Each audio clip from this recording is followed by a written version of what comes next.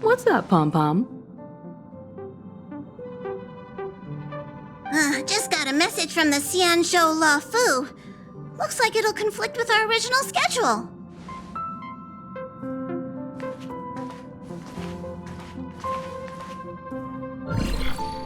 It's been a while, my friends on the Astral Express. How's your trailblazing expedition going? Soon, the Xianzhou Luofu will be holding the Luminary War Dance. Those who have aided the Luofu in overcoming the crisis are cherished allies of the Xianzhou. Thus, on behalf of the Seat of Divine Foresight, I'm extending an invitation to attend the ceremony. Your presence would be greatly appreciated.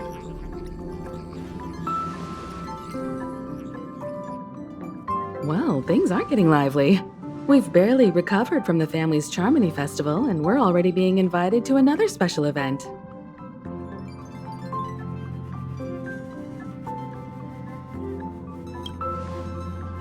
Why not think about it this way?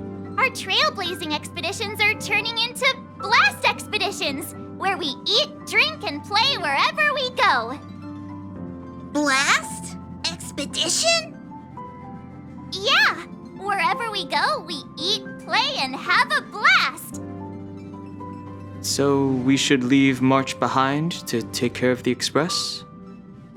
Hey! That's not what I meant! I'm all for some fun! I just hope there won't be any surprise party crashers, like Friday or Saturday.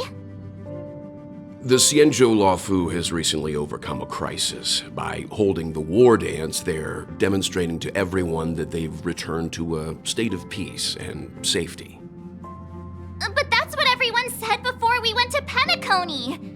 You'll be totally safe under the family's protection. No need to worry.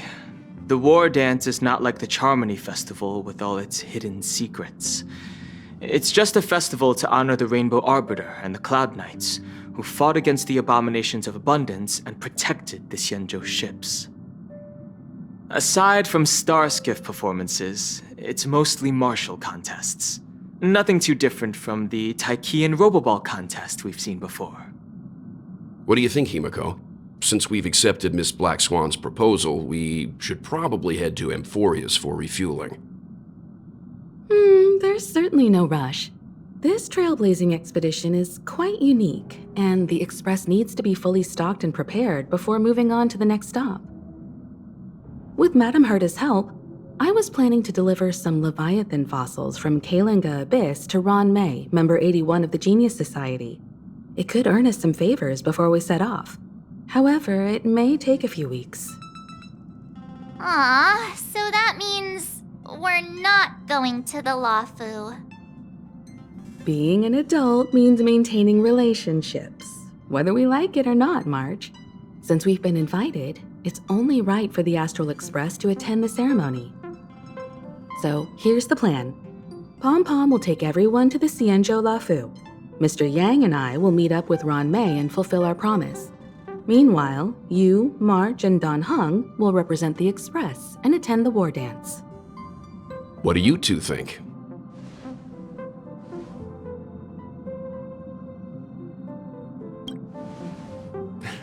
I don't hear any objections.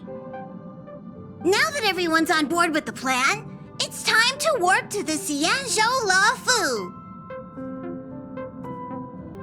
Kalinga Abyss. What does she expect to find there? Current research on the Leviathan merely proves how little we know about such life forms. That's why geniuses are interested in that field. Science is all about uncovering the unknown.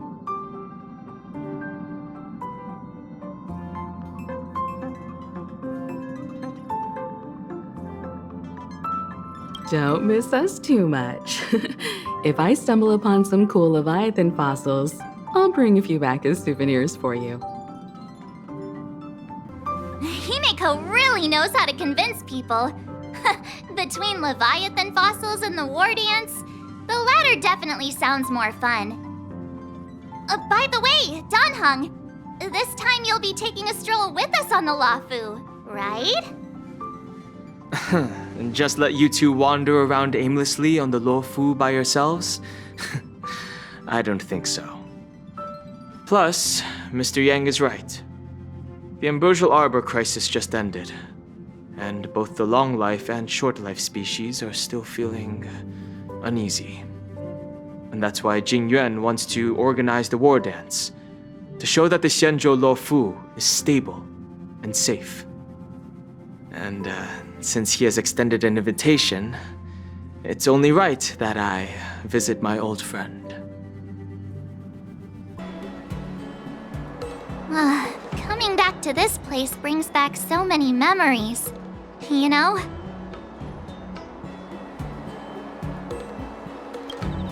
Well, it's nothing too poetic. I was just thinking about all the twists and turns we went through when we first arrived at the Xianzhou ship. This time, we're not being forced or enticed or chasing after wanted criminals. And we didn't have to sneak in through the cargo dock. This trip has been incredibly smooth. Quite unusual, I must say.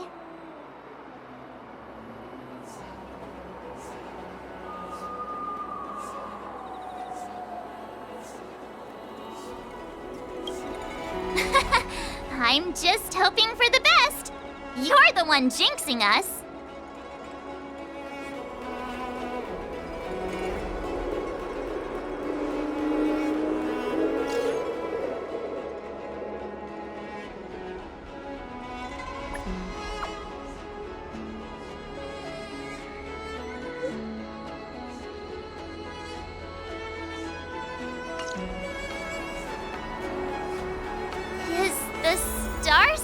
Haven always this crowded? Oh, there's so many people here. I can barely hear anything. Yanqing said General Jingyuan sent him to welcome us, but where is he? Let's wait for him in front of the loom. It's the most prominent landmark on the dock. Hey, you guys! Hold on a moment. Did they just call us? Look at their outfits. They're from Penacony, right? Are you familiar with the Xianzhou Luofu? We know a little bit about it. What do you need? We're from Penacony. Maybe you've heard of it. We came to this ship to gather interesting materials for making dream bubbles. Oh, we just left there. Oh, talk about coincidence. That's great. Do you know any must-see attractions on the Luofu?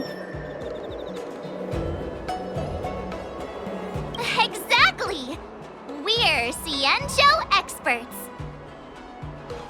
Most of the tourists around at the moment are here to attend the war dance. And that's why we're here too. Yeah, we know about that ceremony. But isn't the fighting ring still closed? I've heard the ring was actually converted from a huge decommissioned Luofu fighter jet. No doubt about it. It's a massive fighter jet.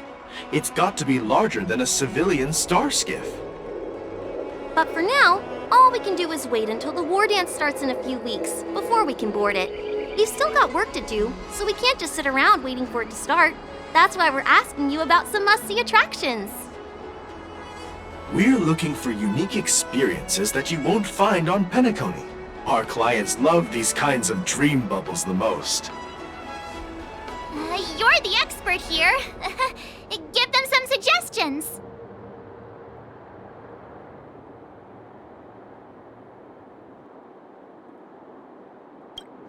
Oh yeah! Fixstroll Garden! It's famous for supernatural stuff. With those mischievous heliobi floating around.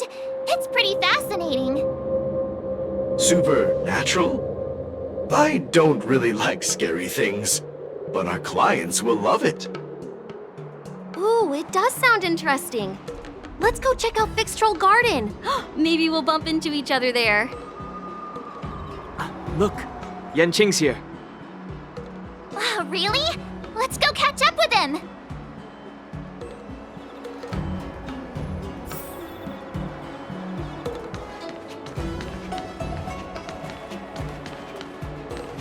you are! Everyone, this way!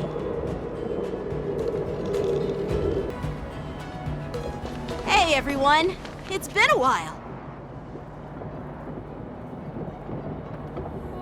Well, it doesn't feel like it's been that long since we last saw you. But, Yanqing, are you? What's up, Miss March?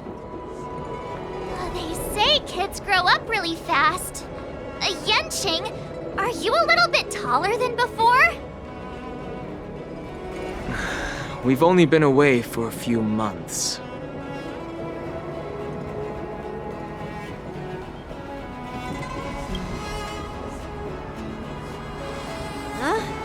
What are you doing? Sorry, but after our previous adventures, I've become suspicious of whoever greets us first. Do you have to be suspicious around me too? You know, the last time we came to the Xianzhou, the first person who greeted us was... I get it. Better safe than sorry.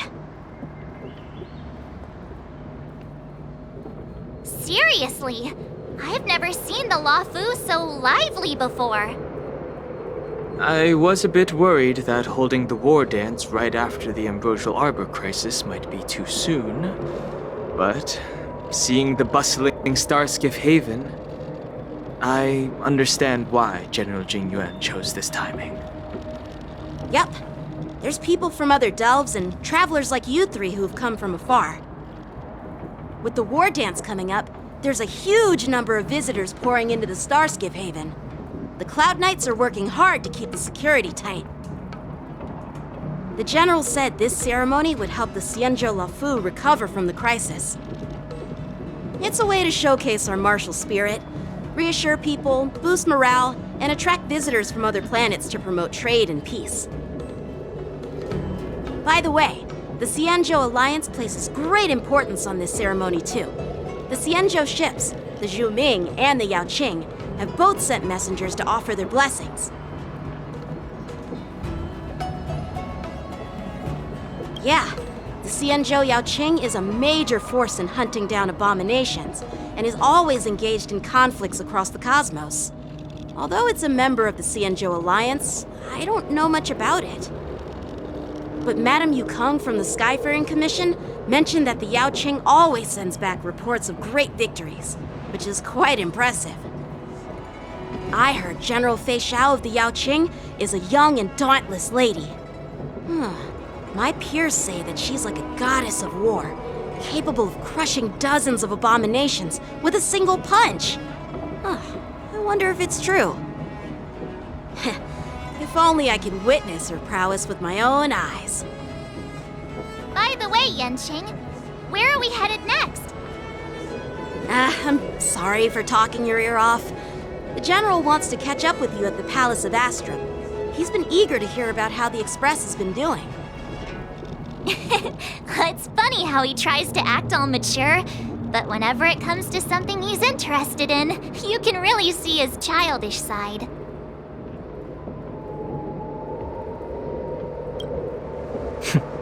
I agree.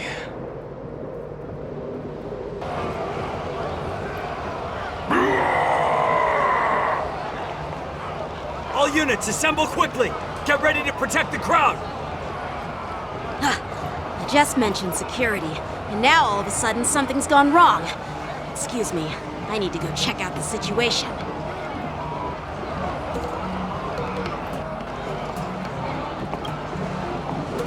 Hey, what's that supposed to mean? We'll go with you.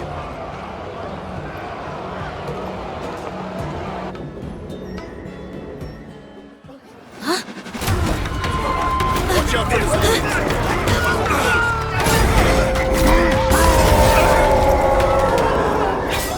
Protect the civilians. I'll deal with him.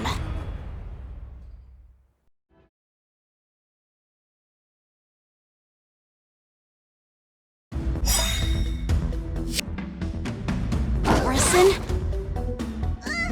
Why are there Borison here? No manners, huh? This ends now.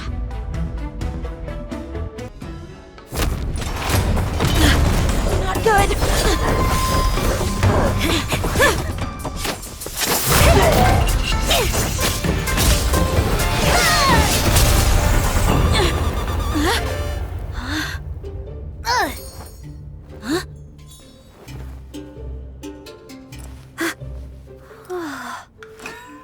Thanks for the help.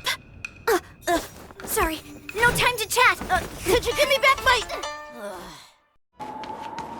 Wait, my sword! Let's just get down to business first.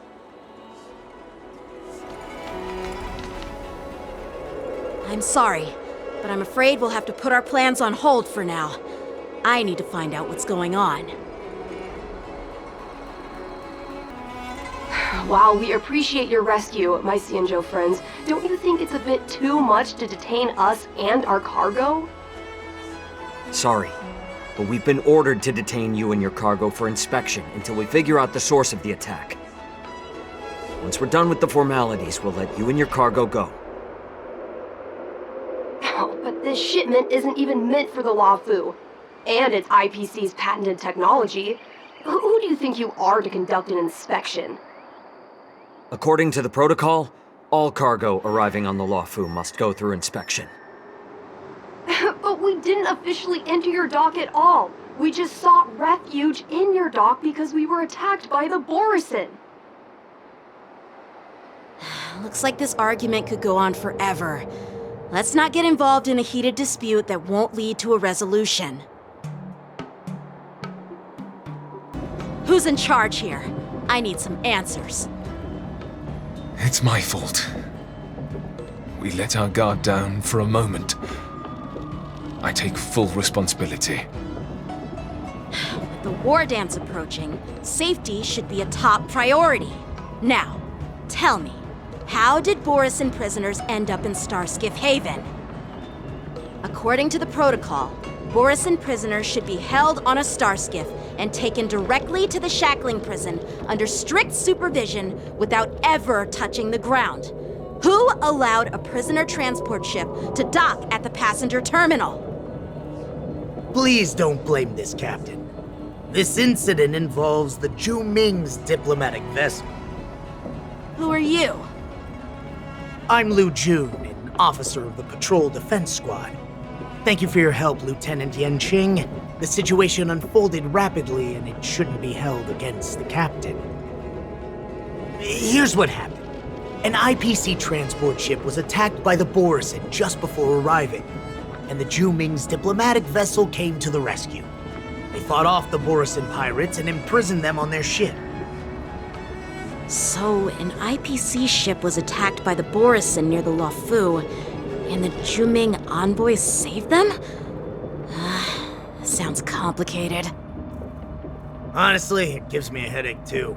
The Zhu Ming diplomatic ship, adhering to standard procedure, docked at the passenger terminal to hand these criminals over to the Luofu. You know, with all the outsiders flooding onto the Luofu, the starskiff lanes are under immense pressure. The Borisin desperados decided to put up a fight before the prisoner transport starskiff could get there. And that's what you just witnessed. We'll make sure these prisoners are sent to the shackling prison as soon as possible. I see. It's an unusual situation indeed. I'll report it to the security department of the Realm Keeping Commission and ask for their cooperation in handling the aftermath.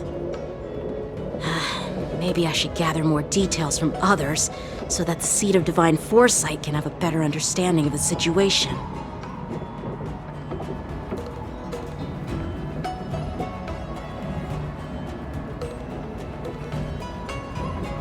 Oh, you look much maturer now, Yanqing. Please don't tease me, Miss March. The situation on the Cienjo before the war dance is like a calm lake that can be disturbed by even the smallest pebble, capable of generating far-reaching ripples with even the slightest disturbance. What are those people? I mean, those monsters we just dealt with? Those werewolf monsters are known as Borisin. They are abominations of abundance, and we've been fighting them for a very long time. The Borisin have been a powerful force for a long time, plundering and enslaving many worlds. The threat they pose is just as terrible as the Swarm disaster, and the Alliance even had a fierce war with them 3 decades ago. Their presence has faded over the years, but who would have thought? According to that officer, they attacked an IPC ship near the Xianzhou Luofu. Such a brazen attack seems quite unusual to me. Yeah, that's what I find strange too. It seems like the IPC and the Borisin have some serious grudges. Well, enough with the chit-chat. The General wants me to take you to the Palace of Astrum. I'd love to chit-chat a little longer, but there are some things that can't be left unchecked. Is it a serious matter? Maybe you'll need our help in hunting down the Borisin? Thank you, but it's no big deal. By the way, that young lady who just appeared, she took my sword. I'm thinking of filing a lost property report at the Realm Keeping Commission to see if I can get it back. I doubt she did it on purpose.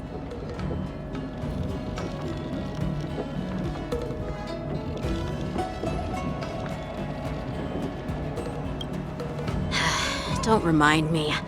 I just zoned out for a moment, that's all. All right, let's not keep the General waiting. Don't worry. There aren't many people out there with that kind of talent. It shouldn't be too hard to find her.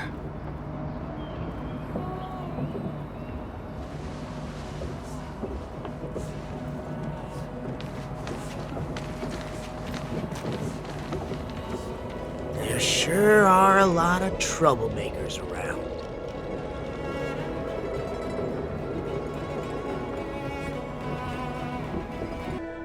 It's been a long journey, Elder Hwayan. Thank you for your presence. Don't mention it. Thank you for taking the time to welcome me.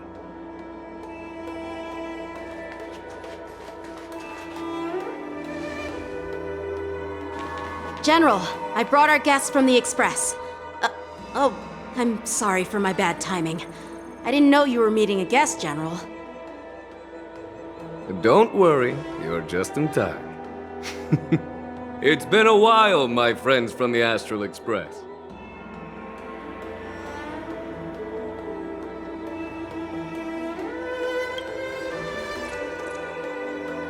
Oh.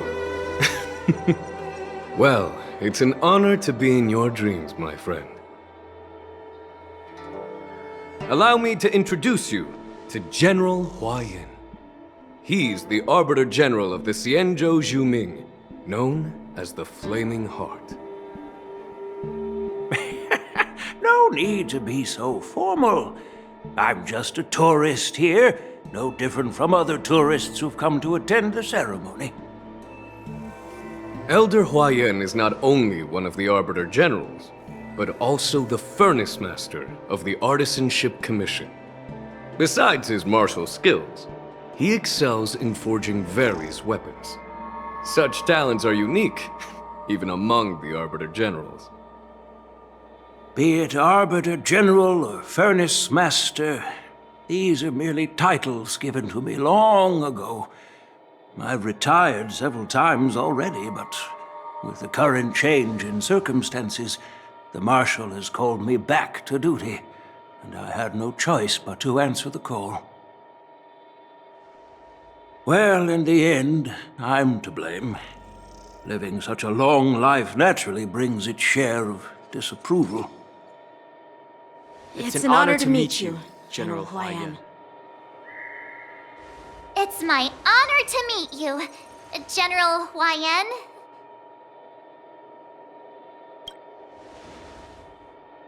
No need to be all formal. Today I'm just a guest on the Luofu, the same as all of you.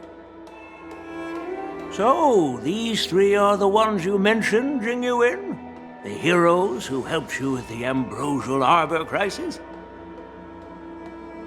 Indeed. There's Don Hung, March 7th, and him. Without their help, I'm afraid the Law Fu might not have easily overcome this crisis. So, the Imbibitor Lune's reincarnation has returned to the Law Fu and will attend the war dance. I'd love to have a drink with you should the chance present itself. You're more than welcome, General Huaiyan. And this young friend is? Yanqing, my apprentice. He remains by my side as my retainer due to his youth, which I hope will season him with experience. He will stand for the Law Fu's Cloud Knights in the upcoming war dance, ready to take on all kinds of challenges. Great, great! It's a real treat to see so many talented young people around here today. Oh, I almost forgot. This is my apprentice, Yun Li. It's you! Oh, it's you. Hello. Oh, you two already know each other? Guess we don't need any introductions then. What a coincidence! I was afraid I'd have trouble finding this girl. Oh? Now you've piqued my curiosity. Tell me, how did you two become acquainted? She helped me capture the escaped Borisin prisoners at the Starskiff Haven. Allow me to express my gratitude for you. But when you left, you took my flying sword with you. Your flying sword? Oh, so that's why I found a dagger in my bag. Turns out it's yours. Yes, it is. Now that we've met again, I hope... Nope, that won't do. Won't do? You want your sword back, right? Well, you can't just take it back. On the Juming, when you lose your sword on the battlefield, you have to reclaim it on the battlefield. As for this little sword, it was supposed to strike that escaped Borisin prisoner. But unfortunately, its owner's agitated state caused it to fly off like a kite with a broken string, and it missed its target. By the way, if I hadn't caught it and helped it hit its mark, that Borisin prisoner would have gotten away. Hold on a sec, Yun Li. You took my sword without even asking, and now you're refusing to give it back? So much for Lafu sword masters. What did you just say? If you just stepped up and took your sword back from me fair and square, I would have totally respected you. But nope, you tried to play it down, expecting me to just hand it back to you like it's nothing. In front of everyone. With all due respect, you don't honor your sword, so you don't deserve it. Hasn't anyone told you that taking without asking is stealing? If you want to settle this with swords, fine. Let's have a one-on-one duel right now. Yanqing. Well, that's more like it. Just be careful, because I'm not as easy to handle as the Borisin. You two, be quiet and apologize to Yanqing. Hey! Whose side are you on, Grandpa? I don't take sides. It's a small misunderstanding, and an apology would be too much. I've heard about the Zhu Ming's incredible swordplay and craftsmanship, most notably the legendary Flame Wheel Octet. Seeing Miss Yun Li, who is among those ranks today, well, I must say she definitely has that fiery edge. Such grandiose names. Some folks love to spin these fancy titles, trying to set the Cloud Knights apart. Yun Li is still just a young girl, a bit awkward and hot-tempered, so please forgive her if she's being rude. Well, everyone, Elder Huaiyan and I have some business to discuss. For now, Yang Qing, why don't you entertain our guests and take Miss Yun Li to the inn? I'll find another chance to talk with you all. I'd like to express my gratitude to the Astral Express for helping the Law Fu during the crisis. That's so kind of you. I mean, you've already thanked us so many times. Please forgive me for coming at an inconvenient time. You needn't apologize, General Huaiyan. All right, Yunli. Take this opportunity to clear things up with Yanqing. Yeah. It's better to make friends than enemies. But I won't be heading to the inn just yet. I want to visit Lingsha. She just arrived in the Luofu and could use some help settling in. Yang Qing, once you've helped our guests get settled, go to the Artisanship Commission for me. I've heard about the attack and the detainment of the IPC ship. Qingzu sent word that the IPC members are protesting and wish to have their cargo back. See if you can calm them down. Don't get aggressive. Just make it clear that the Xianzhou Law Fu has no intention of violating their rights. I'm on it. This is the report Qingzu just sent me. Let me take a look.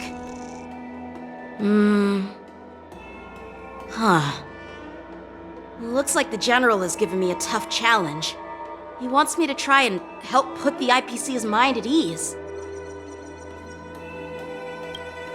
Well, it's not exactly a test. As Cloud Knight officers, we not only learn the art of war and martial arts, but also occasionally have to handle diplomatic disputes. It's just, talking things out isn't as straightforward as duking it out with weapons on the battlefield. This is especially true when you're up against the IPC, with their non-stop corporate babble. Well, let's not worry about that for now. Shall I take you to the inn?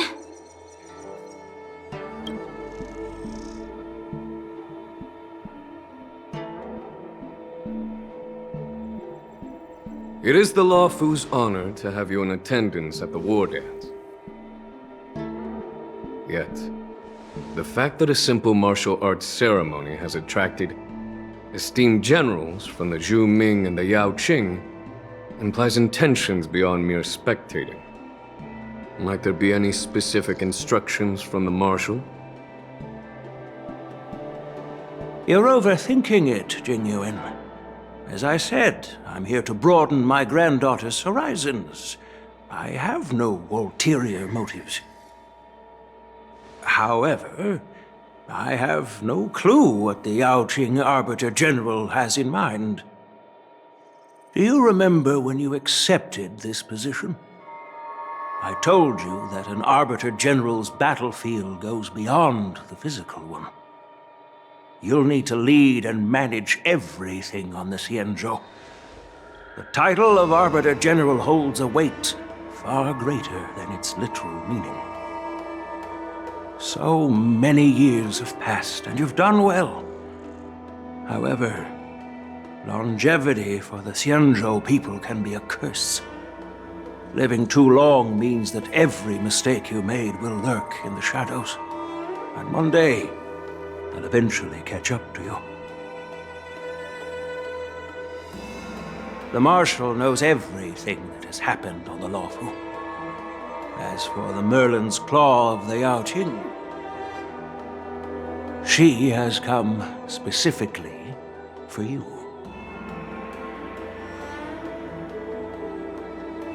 Speaking of which, why hasn't she arrived yet? They say the Merlin's Claw strikes like lightning. Being late isn't her style. That's not true, General Huaiyan. She's been here a while, but I'm sure you've heard of her unbridled nature. As soon as she disembarked from the star skiff, she mentioned having something to attend to and simply disappeared. You must be the messengers from the Xianzhou Yao Qing, I assume. We are Jiaoqiu and Moza, retainers of the Merlin's Claw. It's an honor to meet you in person, Arbiter Generals. Now this is interesting. A guest who doesn't come to visit but sends a message instead. What does she mean? Tell me, what could be more important to her than coming here? Master heard about a spectacular view in Scale Gorge Waterscape. I believe she went there to enjoy it. A spectacular view? Ha! Did you hear that, Jingyuan? This person is being sarcastic. Please do not misunderstand me, General Huaiyan. I was simply stating the truth. Master thought it would be inappropriate to keep you waiting, so she sent us here. Once she's finished with admiring the scenery, she'll personally come and apologize to the both of you.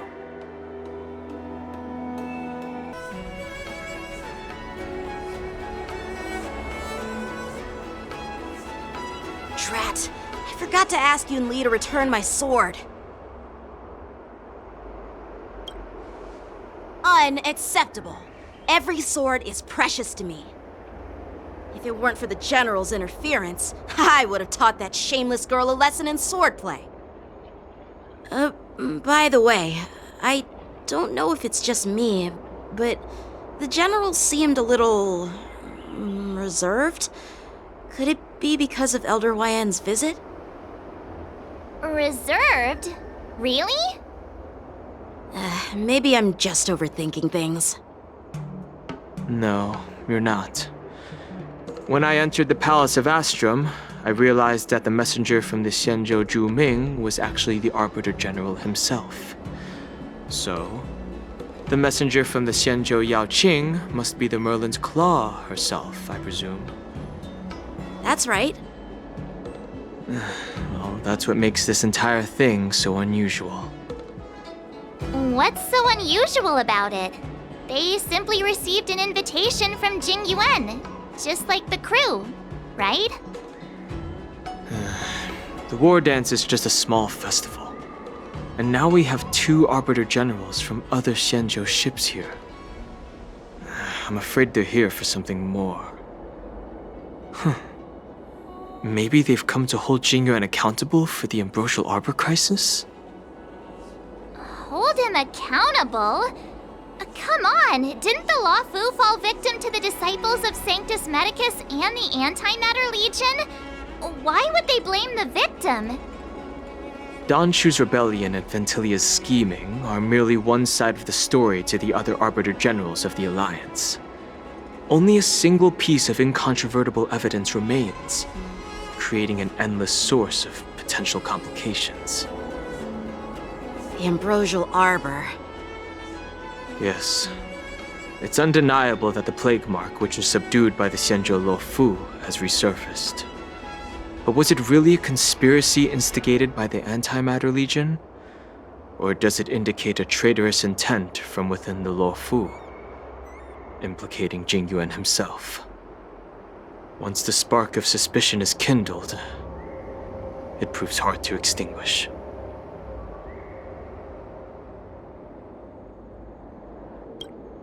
The General must have had that in mind when he invited us to attend the war dance.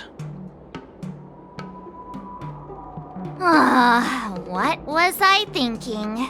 Seriously, here I was looking forward to a carefree and enjoyable trip.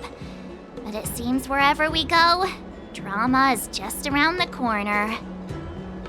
Aw, I was so excited. I thought those Arbiter Generals were just here to see the ceremony.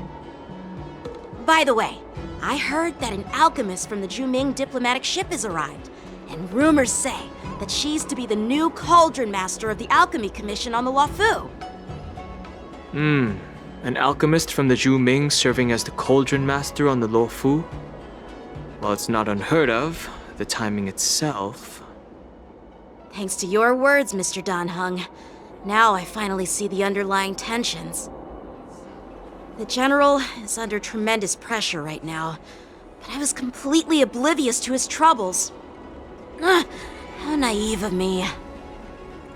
Come on, don't think like that. Leave the adult matters to the adults. Even if you wanted to do something for the General, it's not like you can do anything. Did I say something wrong? Again? Miss March is right. I don't have the skills to share the General's burdens at the moment. Still, I'll do my best to follow his instructions. Let's go.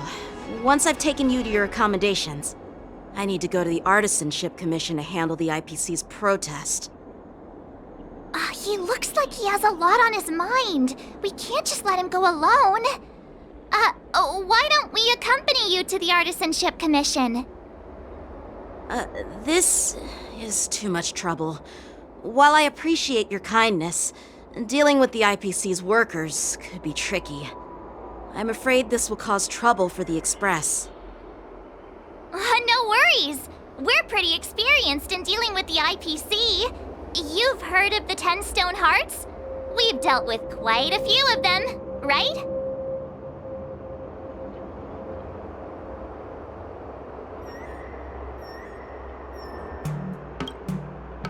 Yeah, exactly.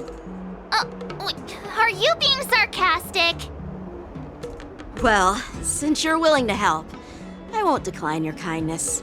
Let's head to the Artisanship Commission and meet them. Can I really reason with you Xianzhou people? I think I get it now. In your words, this is called looting a burning house, right? But I am trying to reason with you here. Ugh, that toxic voice sounds familiar. Haven't I heard it before in Arum Alley? You know what? This isn't my first time dealing with the Skyfaring Commission. I can handle your unreasonable ways. But straight up snatching IPC cargo, isn't that going a bit too far? Just as I've said it many times already. Once we've inspected the cargo and completed the security check, you can be on your way. Is there something wrong with your ears, or is it just your brain? I'm hearing you loud and clear. I'm thinking clear. And my answer is crystal clear. Not a chance. Keep detaining my cargo and I'll file a complaint directly with your general.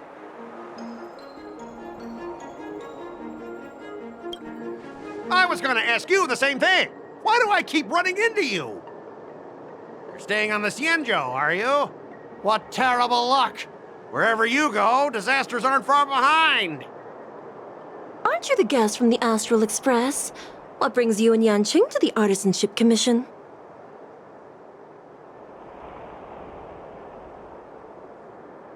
Trouble caused by the IPC? I'd say it's caused by the Skyfaring Commission. Looks like you've met this IPC worker before. I'm not sure if that's a good or a bad thing. I was sent here to deal with the IPC protest, Miss Shikui. What's going on here? As you know, this IPC transport ship was attacked by the Borisin and rescued by the Juming's diplomatic ship. Then the Cloud Knights were instructed to bring it back to the dock for repairs and inspections. And this is Mr. Scott, the person in charge of this transport ship. So, you're Scott. I've heard him mention you. Weren't you kicked off the Lafu before? Why did you come back? Like I wanted to come back. I thought I'd just dock at the harbor for repairs and leave this forsaken place for good. Little did I know, as soon as the ship entered the harbor, a bunch of Cloud Knights showed up and snatched all our cargo from the hold. What do you mean by snatched? I've told you 1,000,000 times. It's a security check. Then why did you bring the cargo to the Artisanship Commission? You even brought in some shady craftsmen. It's obvious you're trying to steal the IPC's patented technology! Listen here. Firstly, the Skyfaring Commission detected dangerous items that could possibly be weapons in your cargo hold. That's why they called me here, to double check. Secondly, where the heck did you get the idea that I'm a shady craftsman? Even if there are dangerous items, what do they have to do with you? It's not even being shipped to the Lawfu. We'll just fix the ship and be on our way. We won't unload our cargo here. But you'll have to stay in the port for several days before your ship is repaired and you can take off again. How can we just leave unchecked items sitting here? I understand, but we don't need to disassemble the cargo if it's just a security check, right? In most cases, we don't. However, our scans discovered that the cargo doesn't only contain machinery, but also some substance that resembles biological tissue. Biological tissue? Does this crate contain living things? I'm afraid we'll need to wait for the Alchemy Commission for further confirmation. In any case, according to our regulations, we need to unseal one of the crates for further examination. But this IPC specialist has been hindering us on the grounds of patent secrecy. The Alliance's regulations on biological products are very strict. Without further inspection, there is no way for the Skyfaring Commission to release the cargo. Oh, really? Fine! If anyone lays a finger on that shipment, they'll have me to deal with. It doesn't matter if it's mechanical or biological. It's none of your business. I'm filing a complaint against the Skyfaring Commission's ridiculous regulations. This Mr. Scott seems stubborn and difficult to persuade. Honestly, I really don't want to have a vicious confrontation with the IPC.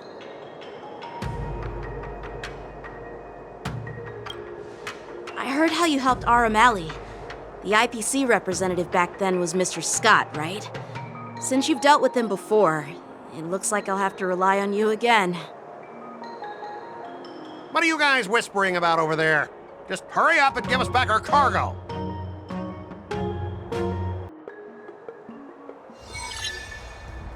As I recall, this guy won't listen to reason and can only be persuaded with intimidation. But he does seem to follow rules to some extent.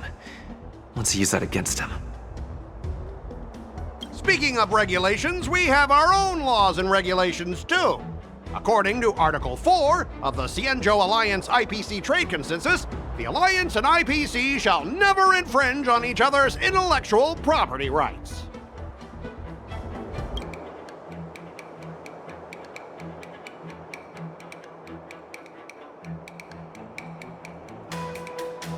The Alliance can sign a non-disclosure agreement with you.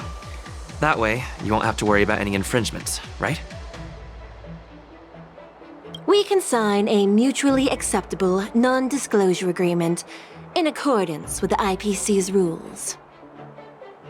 Well, that makes sense, but how can we trust you to honor the terms? Even if we set aside the secrecy of intellectual property, these prototypes built by the Intelligentsia Guild are incredibly valuable, beyond your wildest imagination. If anything goes wrong, you won't be able to pay for it even with your lives.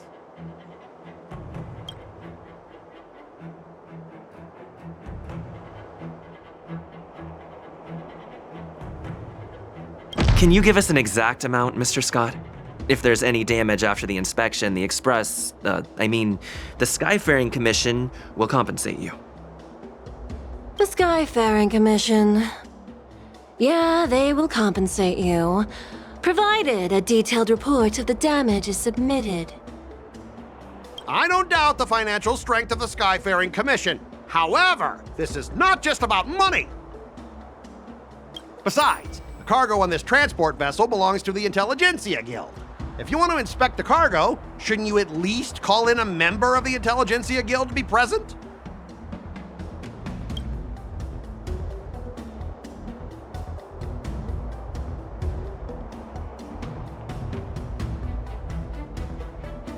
According to the principle of territoriality, since your vessel is stranded on the Cienjo, the Skyfaring Commission has the right to inspect it.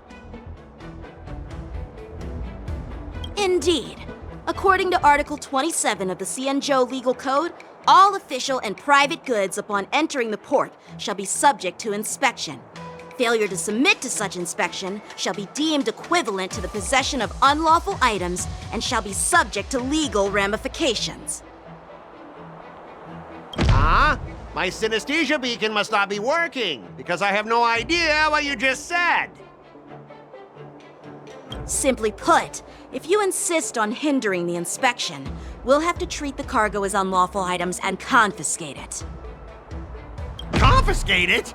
How can you Cianjo people be so unreasonable? If this were pure point, and incoming cargo posed a safety risk, the IPC would take it in for containment and disposal, correct?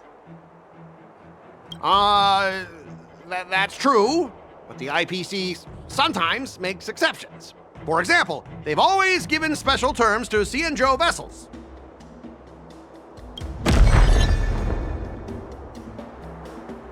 Well, you guys sure know how to argue your case.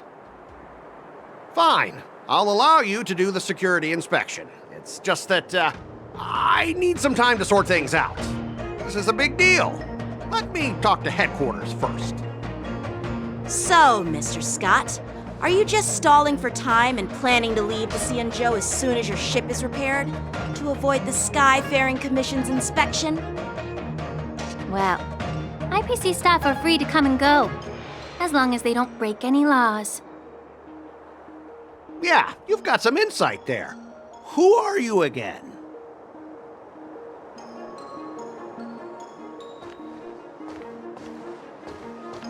Allow me to introduce myself.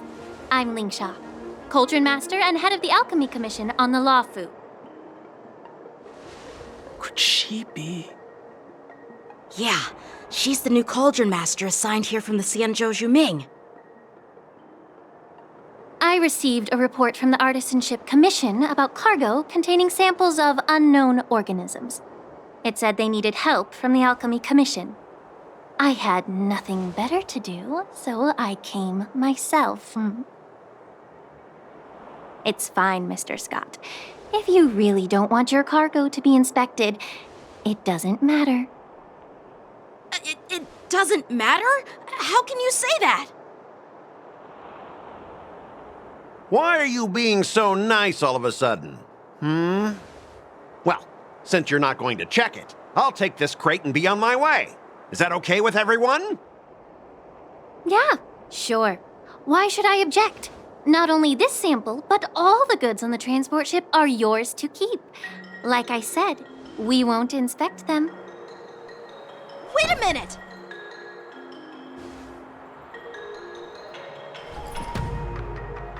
Well, that's more like it. If only the young displayed a more reasonable attitude, we could have sidestepped that altercation just now. Our ship will leave in a few days once the engines are repaired. Your ship can leave whenever you want, but I'm afraid I can't say the same for your cargo. According to the import and export regulation signed between the Cianjo and IPC, all biological shipments can only leave the port when they have confirmed to be of no threat, or when all biological activity expires. Since we can't determine if your shipment is safe for the environment, I guess we'll have to wait for its biological activity to expire. Let me check the previous cases.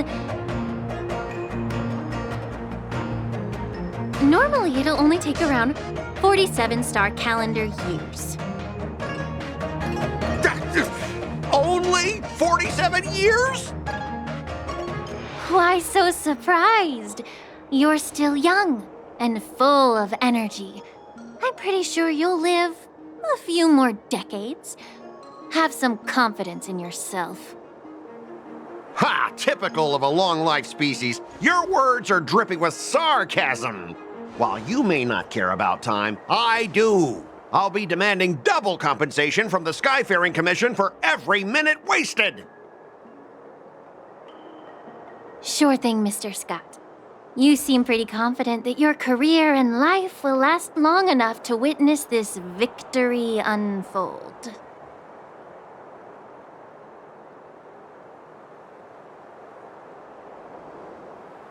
Step aside, guys. Let them do the inspection. But, Mr. Scott... Come on, we're already in enough trouble. Just let them do the security inspection. And if needed, I can always grovel before the Intelligentsia Guild later. I'm just using my head for what it's apparently good for, right?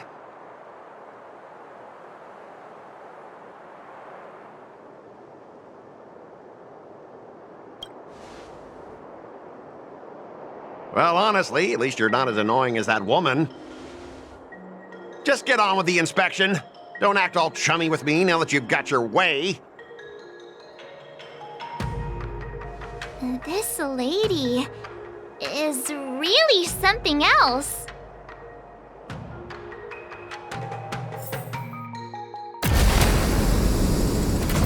Is this the IPC product? Listen up. Any damages caused by inspections will be filed with the IPC.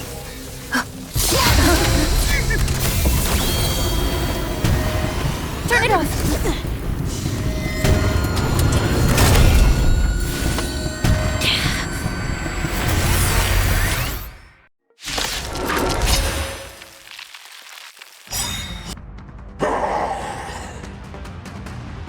Well, how unexpected.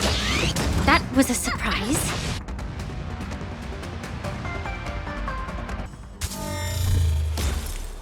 Were you seriously planning to leave this stuff unchecked at the dock for days? That's way too dangerous. I had no idea about it. You must have accidentally triggered the cargo's defense program. I don't think trying to shift the blame is a wise choice. But seriously, I don't know why that thing suddenly started moving. I swear on the Emperor Lord. Enough. Miss Shikwe, please escort our IPC guests to the Skyfaring Commission. I'm on it. Please follow me, Mr. Scott.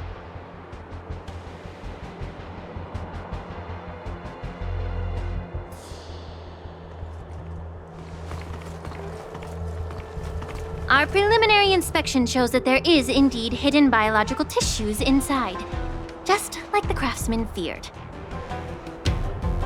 I can't even tell if it's ingenium or biological in nature.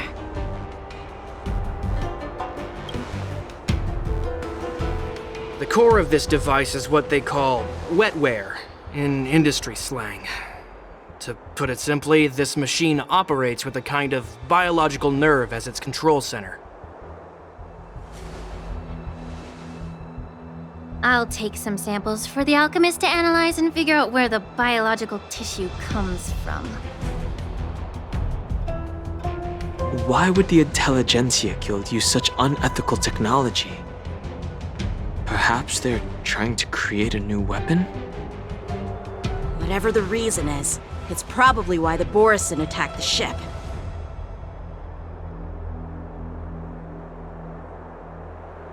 No wonder the IPC were trying to obstruct our inspection. I'll contact the 10 Lords Commission and ask the judges to come and give their final verdict on this. According to our rules, all prisoners and weapons involving dangerous creatures must be taken to the shackling prison for further sentencing. After all, it's the safest place on the Luofu. As for you, Mr. Craftsman, please go with the Cloud Knights and explain the situation to the judge.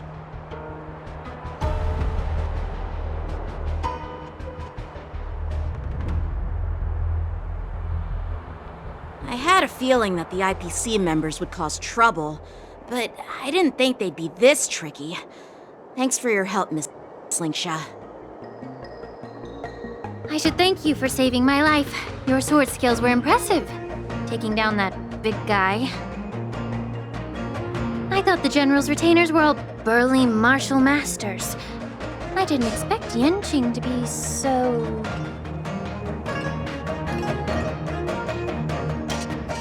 Yeah, exactly. He's young and talented. As for you, you must be the guests from the Astral Express, right? Saving the Luofu from that crisis. It's so impressive. It wasn't a big deal. Really.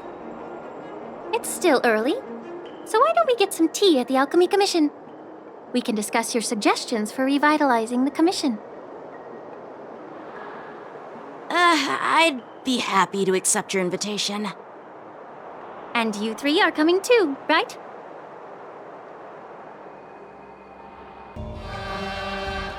All these years, and the view at the Alchemy Commission hasn't changed a bit. The tides come and go, but the ancient sea remains the same. For us Vidyadhara, there's nothing more nostalgic than our homeland. You're a Luofu native, Miss Lingsha? Yes, I grew up here, listening to the sound of waves while researching prescriptions with my mentors and peers at the Alchemy Commission. It's kind of sad, isn't it? Everything changes but somehow remains familiar. Just like you, Don Hung, I traveled far from home, and now I've returned. Seeing the familiar scenery brings back a hint of nostalgia. The view here would be even better without the ambrosial arbor. Oh, really? I think that towering tree looks pretty impressive. Even if it's impressive, it's a plague mark. The Xianzhou have been fighting abominations for thousands of years. And now that the ambrosial arbor has been reborn, it's only natural for everyone to feel uneasy. Well, once a seed is planted, no matter how long it takes, it'll eventually sprout and bear fruit.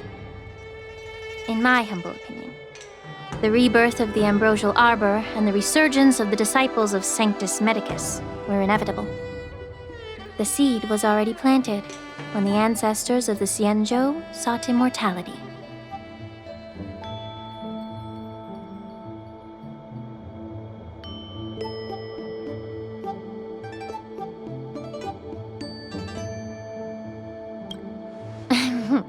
My bad.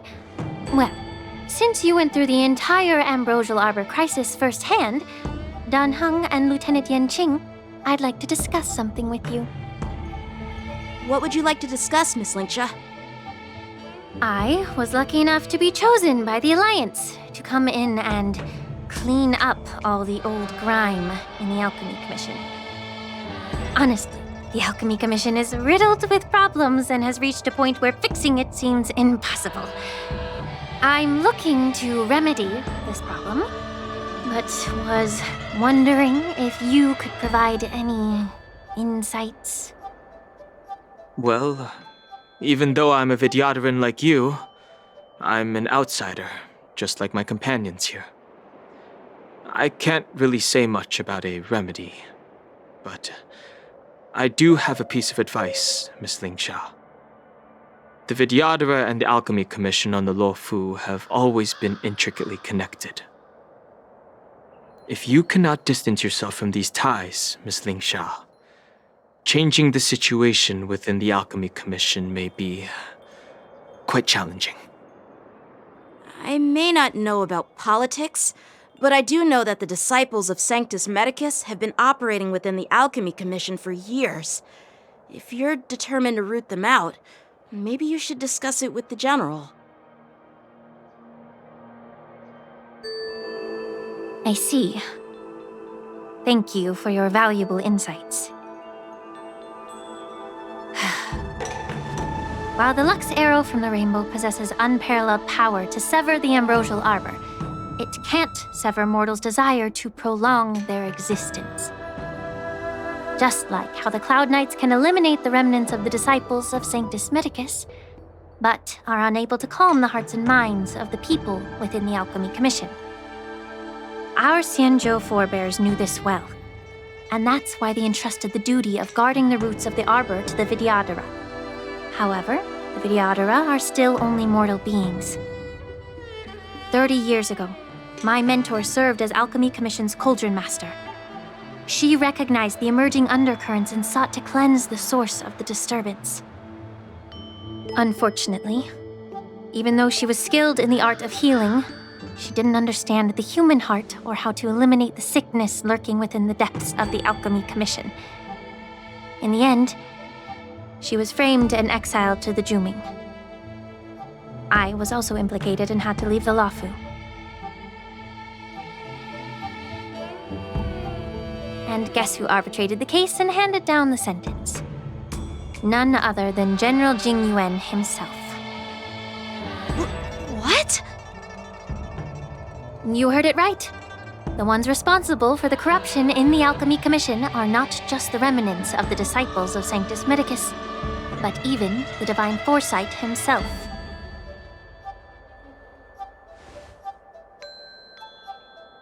Alas, why is your face turning pale, Yanqing? Don't worry about it. I understand that when someone holds a position of power, they may sometimes have to make tough decisions. I won't hold any personal grudges against him. Besides, at our age, holding personal grudges is a luxury we can't afford.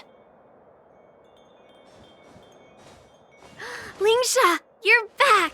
Ugh, I've been waiting ages for you.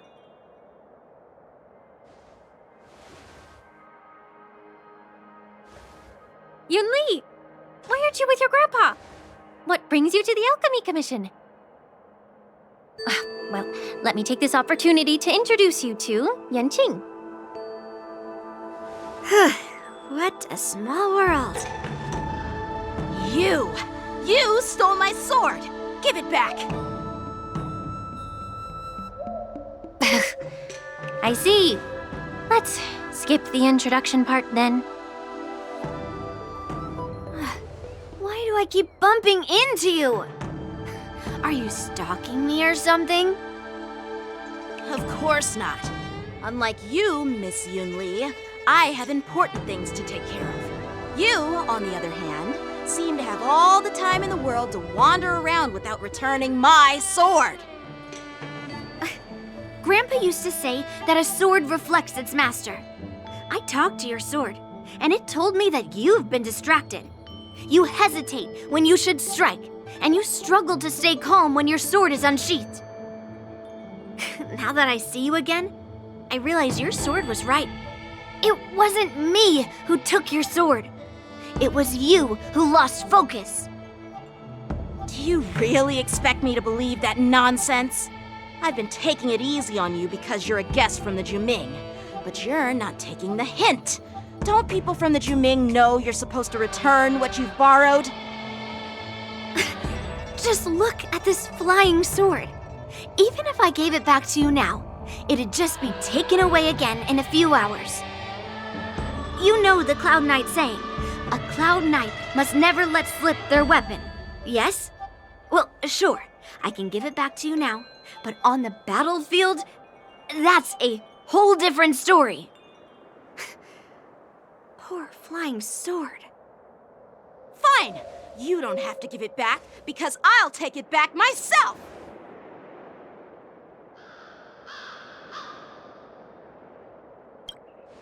Between these two, who do you think is tougher? Don't get me wrong, I'm just curious. Get ready to separate them. It is my first day at the Alchemy Commission. A brawl is definitely not how I imagined celebrating it. Well, since you don't approve, I won't draw my sword here. I didn't mean it in that way. Since you've already drawn your swords, you'd be disappointed if you didn't get to test one another, right? I've received reports that the delves near the Alchemy Commission are still infested with abominations. Seems like my predecessors left quite a mess. So, if you two want to determine who's better, why not focus on them instead of each other? Clearing out some abominations? Sounds boring. It's the Cloud Knight's duty to eliminate those abominations. You don't have to ask me twice, Miss Lingsha. I'll help you get rid of them. Oh, you think you're the only one who knows how to behave? If Lingsha needs anything, I'll gladly draw my sword and help her out. It's so heartwarming to see both of you being so sweet and caring. So then, shall we get going? Ever since the disciples of Sanctus Medicus were eradicated, their experimental abominations have been festering here. If you want a contest, I'll be the referee. The one who kills the most abominations within 15 minutes wins. Lingsha, As always, you're still an expert in making unpaid work sound so noble and grand. It's for your own good, little Yunli. While you desire to compete against each other, I don't want to see either of you getting hurt. That's really thoughtful of you, Cauldron Master. So, are you both ready? Ugh. Looks like my predecessors left quite a mess. Let me say it again. The one who kills the most abominations within 15 minutes wins.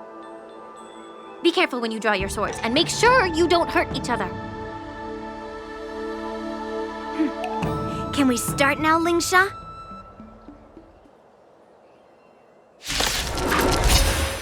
You won't get away!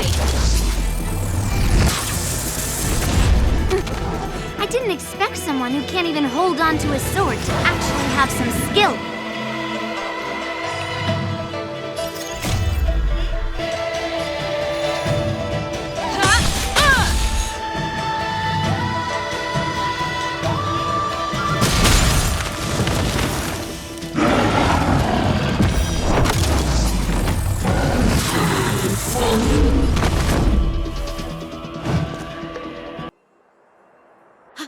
I win, Miss Yunli! You got lucky. Why don't you just give me back my sword, sincerely apologize, and then go cry your eyes out to your grandpa? Consider yourself lucky that I'm not interested in your rusty sword, as I don't have the nasty habit of snatching other people's weapons. All you did was chop down a few monsters. Don't get carried away with yourself. If you think you can just take this sword from my hand, go ahead and try.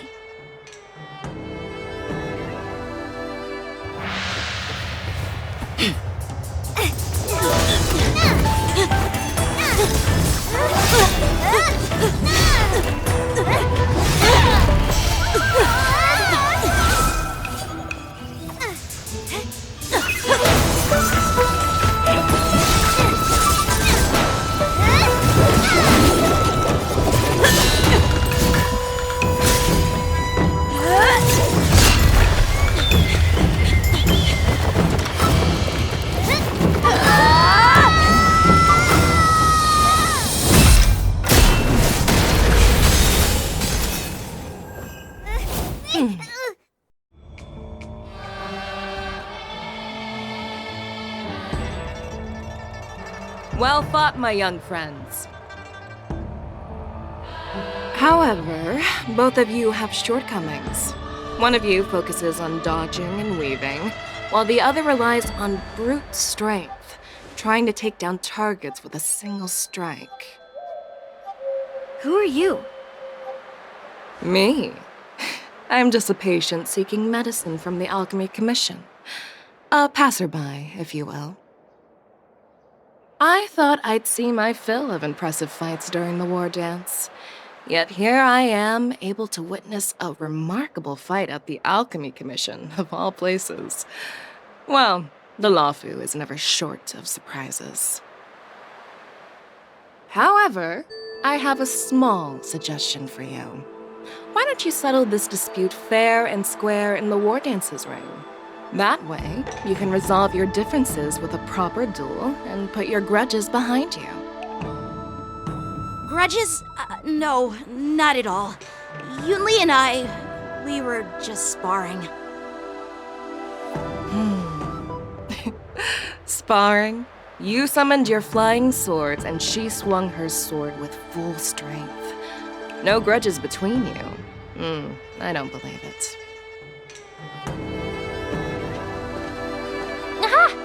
What brings you here, Lady Fei Xiao? Have you finished your health consultation with the Dragon Lady? Fei Xiao? Grandpa always talks about you. Could it be that you're... The Merlin's Claw of the Xianzhou Yaoqing? Looks like I'm quite famous on the Xianzhou Lawfu, too. Of course. Everyone has heard of the Vanquishing General. known to all and unbeknown to none. Vanquishing General. Isn't that title a bit too narcissistic?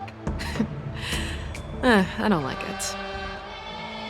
Ooh, I heard there's a dozing general on the Lawfu, so I came up with a humble nickname for myself. The Lacking General. Lacking in worries, regrets, and rivals. Sounds much better, right? Yeah, that's a befitting title that sounds both humble and impressive. Now that the sparring session is over, Yanqing and Yunli, shouldn't you politely thank General Fei Xiao for her guidance and bury the hatchet? Here's your sword. Keep it safe. Or it might get taken away again. By the way, we haven't settled the score yet. I'll defeat you fair and square next time we fight. This is how she apologizes? Now that I finally got my sword back, I should report to the seat of divine foresight. I'll take my leave, General Fei Xiao.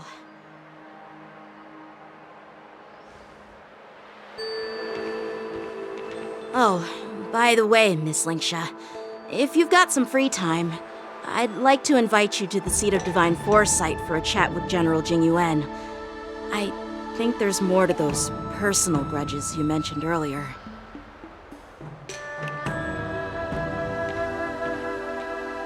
Thanks for stepping in, General Fei Xiao. Otherwise, I'd have had to knock them out with my incense. Not at all. Just doing what you asked. How about we call it even as payment for the healer lady's consultation? Sorry, but even a general needs to pay their bills. We don't do credit here. And let's not forget, you'd have been waiting decades for a chance to see the Dragon Lady if it weren't for me. Well, you can always send the bill to the seat of divine foresight and say it's for mentoring those kids. After all, it was quite the effort splitting them up. I nearly had to get tough. Now, if you'll excuse me, I need to find a spot and get some fresh air.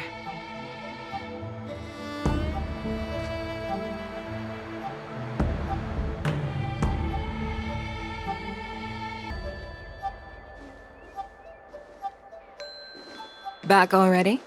You've met with Jing Yuan and wandered around for a few hours. So, what do you think? It appears that the Divine Foresight is using this war dance as a show of strength to convince everyone that the Lawfu is prospering after the Ambrosial Arbor crisis. But... I know you're going to say but, right? But the influx of people attending the war dance is like a breeding ground for disorder and rumors. One wrong move, and the Lawfu could be in a world of chaos. The Cloud Knights on the streets remain vigilant, so at the very least, General Jing Yuan is aware of this. As for other matters, I'm unable to say. I'd prefer to be excused from future meetings with generals. I'm just a military healer. And now all of a sudden I'm thrust onto the center stage having cordial chats with two generals? My work doesn't lend itself to being in the limelight either. Just stop whining. At least you're in one piece, right? Before getting in touch with General Jing Yuan, I wanted to put aside my assumptions and see his momentum. That includes the overall bearing of the Cloud Knights on the street, what people are saying, and how those close to him behave. The might of an army dwells not within its pawns, but within the force of its collective momentum. Recognizing this fact reveals the true measure of power. Thanks for enlightening me, General. A perfectly clear statement turned confusing thanks to your translation. You've made me lose where I was now. Anyway, this is how I operate in battle, so you might as well get used to it. Are you treating General Jing Yuan as your enemy? The longest-serving general of the Xianzhou Lawfu. do you think he'd have only a few enemies? By the way, General, you met the healer lady, yes? Could you show me the medicine she prescribed you? Well, the healer lady couldn't do anything about my condition. She just told me to enjoy some tasty food. So not even the famed healer lady could help? Don't worry. I'll fulfill my promise and find a way to cure you. Actually, I've found some leads.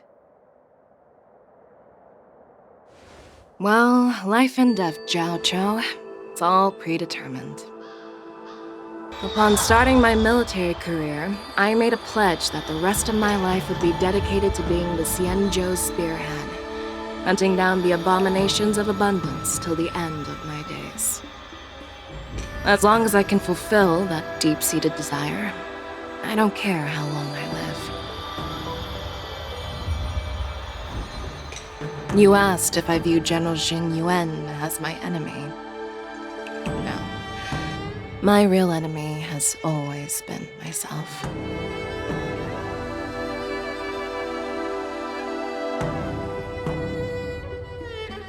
Enjoy some tasty food. So, what's for dinner tonight? Jeez. You really know how to read the room, don't you? You guys figure it out for yourselves. I'm due to catch up with an old war friend I've not seen for quite a long time.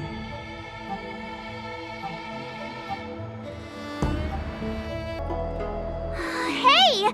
Was that the Yaoqing general who just dropped in out of nowhere? Oh, she's so awesome! I mean, when Yun Li swung that massive sword, she just casually blocked her attack with ease. Mine too. Yeah. But to go up against Yun Li is quite impressive, you know? That aura of heroism and grace, it almost makes me want to learn Xianzhou swordplay. You think so too, right?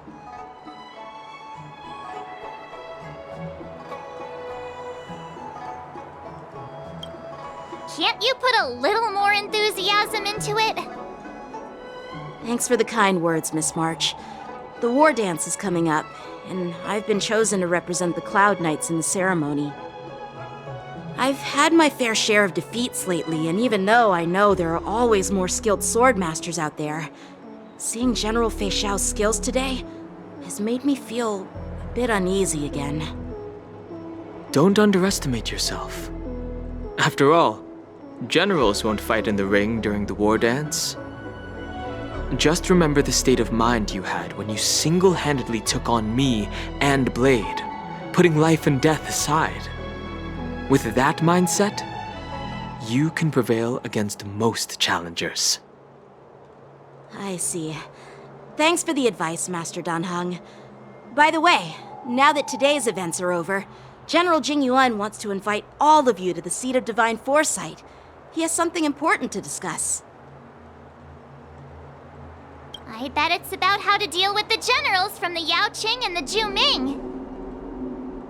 I really don't want to get caught up in grown-up games so soon. I just hope Generals Fei Xiao and Huaiyan can see the truth. We don't need any more chaos on the Luofu before the war dance. Earlier at the Palace of Astrum, I introduced these guests from the Astral Express to you, Elder Huaiyan. But with all the people around, we only exchanged pleasantries. Now, I'd like to officially introduce them to you. These three braved great dangers, accompanying me into perilous places, defeating the chief culprit Vantilia, and uncovering the conspiracies of the disciples of Sanctus Medicus. If you wish to know more, please, feel free to ask us. Well, I skimmed through the reports about the Arbor's rebirth from the Master Diviner Hu Xuan. She's been summoned to the Yuchui for questioning. There are a lot of doubts within the Alliance about this whole situation. But despite all that, I believe in you. Since you joined the ranks, you have repeatedly achieved remarkable feats. After the High Cloud Quintet each went their separate ways, despite the many criticisms within the Alliance, the Marshal still stood firm against the dissenting voices and entrusted the Lawfu to you. Over the years, you've served the Alliance with loyalty and wisdom. You've taken down abominations in Thalassa, rescued the Xianzhou Yuchue from a siege, and destroyed the demonic planet summoned by the denizens of abundance. I still remember those battles vividly. There are fools who doubt your loyalty. They're happy to see the divine foresight fail because it gives them some kind of sick satisfaction. They haven't achieved anything of their own, so they feed off the failures of others. But I've seen enough failures in my time, and I want to believe that your loyalty has never wavered. So, General Fei Xiao of the Yao Qing is the only one investigating the Ambrosial Arbor crisis on behalf of the Alliance? No. I am too. This old man's words always catch me off guard. The Marshal ordered me to come to the Xianzhou Lawfu, but the document only says, attend the war dance and listen to Fei Xiao's questioning.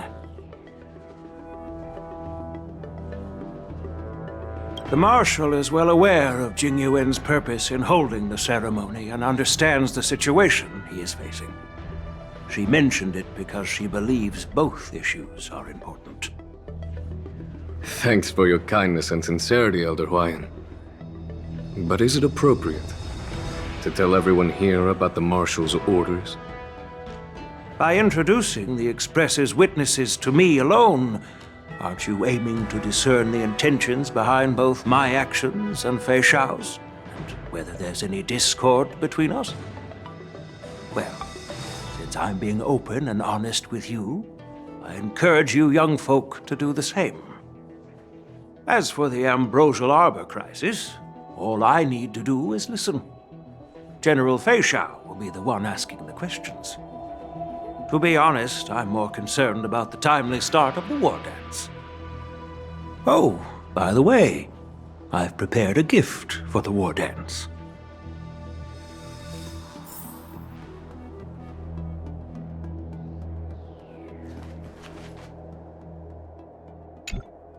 Yes, it's this case right here.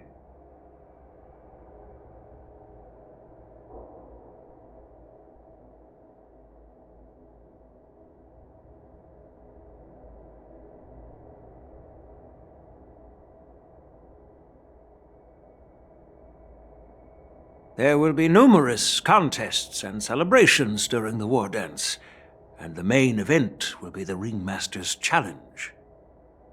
The host will dispatch a skilled warrior to take on challengers from all over the cosmos, showcasing the excellent martial arts of the Xianzhou Lawfu. When you mentioned that the Astral Express would be attending the ceremony, I thought the High Elder of the Lawfu would be the Ringmaster. You humor me, Elder Huayan. The healer lady is just a young lady who knows nothing about martial arts. How can I assign her as the ringmaster? I'm no match to you when it comes to joking. What's this box for? Why don't you open it, General Huayan? This sword case is intended for the War Dance's award.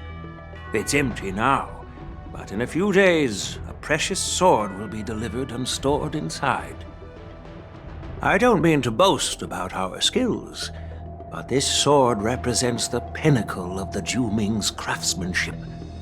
It has a legendary history, full of heroic tales from foreign lands, tales that are too detailed to be summarized in just a few words. Since the delegation delivering the sword hasn't arrived yet, I'll just leave the case here for now. I've been wondering who would be worthy of such a sword. And then it hit me. I can award it to the champion of the Ringmaster's Challenge. The ceremony's champion is sure to be a perfect match for the sword. Moreover, I hear that Yanqing is an excellent swordmaster, and that he will be representing the Luofu as the Ringmaster, so it seems like a perfect gift for him. Thank you for your generosity, Elder Huayan. If you want to give me a sword, just say the word, Grandpa. No need to beat around the bush. You've got confidence, my girl, but I don't think you can best Yanqing. I know you're all about swords, Miss Yunli. It's just a shame that it's the sword that ultimately chooses its rightful master. Yeah, and even if someone gets their hands on such a precious sword, it'll probably end up in someone else's. The outcome of our duel at the Alchemy Commission is still up in the air. Since you're interested, why don't you represent the Xianzhou Juming and challenge me in the ring? That's exactly what I had in mind. Nobody knows who's gonna come out on top. It could be me, could be someone else. It'll probably be me. But whatever happens, it won't be him.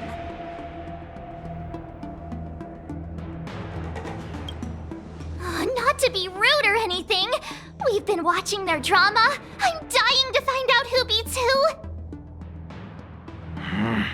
Quiet down. We have other guests here. I've prepared this sword to add some excitement to the ceremony, not to have you two squabble. It's not a good look for the Alliance. While you both seem confident that you'll win, you need to remember there can only be one winner and one loser in the ring, which could lead to hard feelings.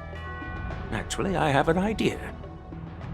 We don't know who the winner will be, and it might not be either of you. But if you're eyeing that prize, you'll need to work together. I want you to take on an apprentice who will take part in the war dance and win at least one match. How does that make sense? In my humble opinion, while a Cloud Knight is commendable by securing victories, it's even more so to pass on your skills and spread the way of swordplay. I'd be greatly pleased if this apprentice could represent the Express in the war dance by displaying their Cloud Knight flair and prowess. Well, Elder Huayan's idea is quite interesting. Imparting swordplay skills requires teamwork, and both the winner and the loser will learn a valuable lesson regardless of the outcome. The question is, whom should the two of them take as an apprentice? Huh? Who? Wait, me? I noticed just now that Miss March seemed quite interested in the outcome of your sword fight, so I thought, why not teach her the art of swordplay? Wait, are you serious, General? Why am I being dragged into this all of a sudden? I've never practiced swordplay before. I'm a total newbie. You really think I can learn it? Well, you'll probably realize I have no hope and give up on me. And that'd be so embarrassing.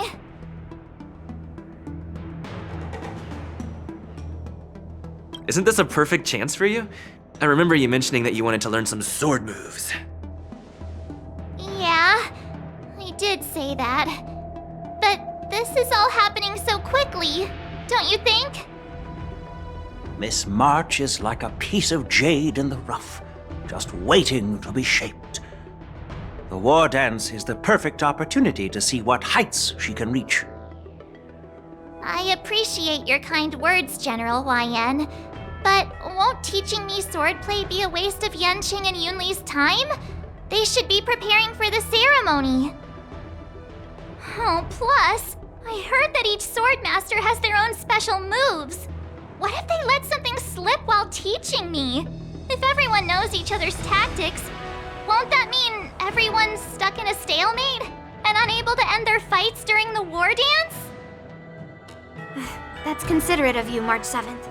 But don't worry. It'll will take you at least a decade of hard training before you can even start learning special moves. No need to freak out. A few Juming swordplay tricks will mean you'll be more than equipped.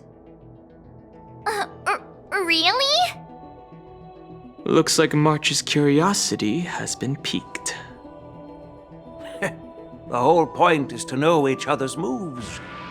Defeating your opponent in just one move? How boring would that be? Plus, what really decides a swordsman's fate isn't some special move. It's the solid fundamentals. So Miss Yunli has already agreed. What do you say, Yang Qing? General, I haven't graduated yet. How can I be qualified to teach swordplay to others? So you're admitting your defeat, huh? If you're not even confident to teach, why don't you let me be the ringmaster instead?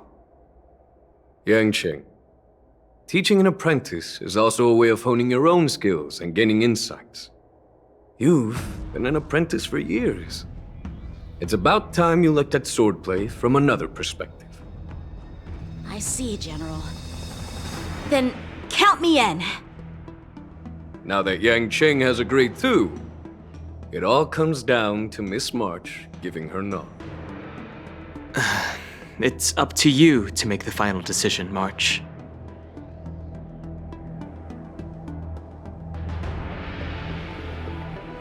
I understand. Then I'm on board. Thank you for your kindness, General Huayan. Great! Starting tomorrow, Yanqing and Yunli will teach you the basics of the Cloud Knight's swordplay. Yunli and I will head out and purchase some sword practice equipment for Miss March. Think of it as a little initiation gift. You're too kind. Wait, you're giving me a gift? Shouldn't it be the other way around?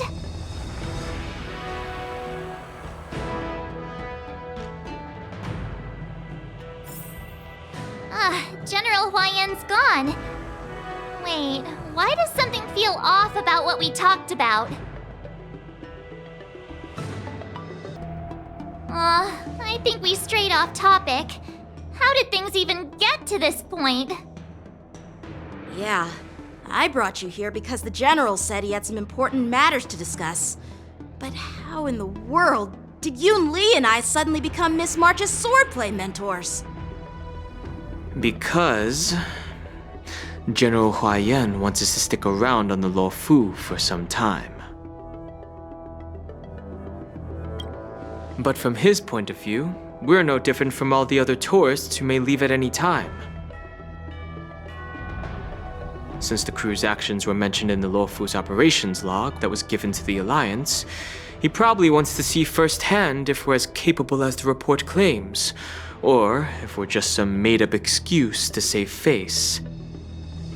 And he wants to see it for himself during the war dance, which is why he even dragged Yun Li into this. What began as a simple contest between two sword masters has now evolved into you two collaborating to mentor March.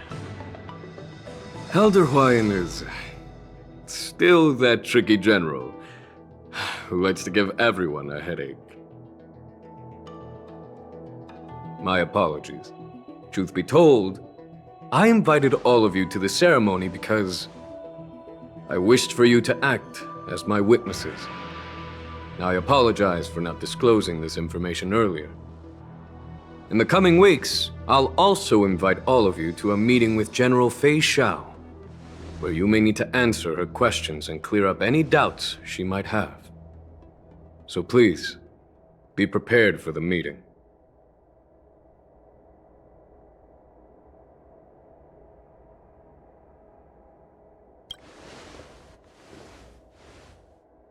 Don't worry, General.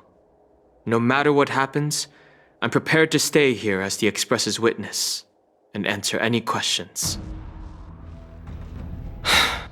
Thank you, everyone. General, I know there isn't much I can do to share your burden, but... As the Lawfu ringmaster, I won't let anyone defeat me in the war dance. I know.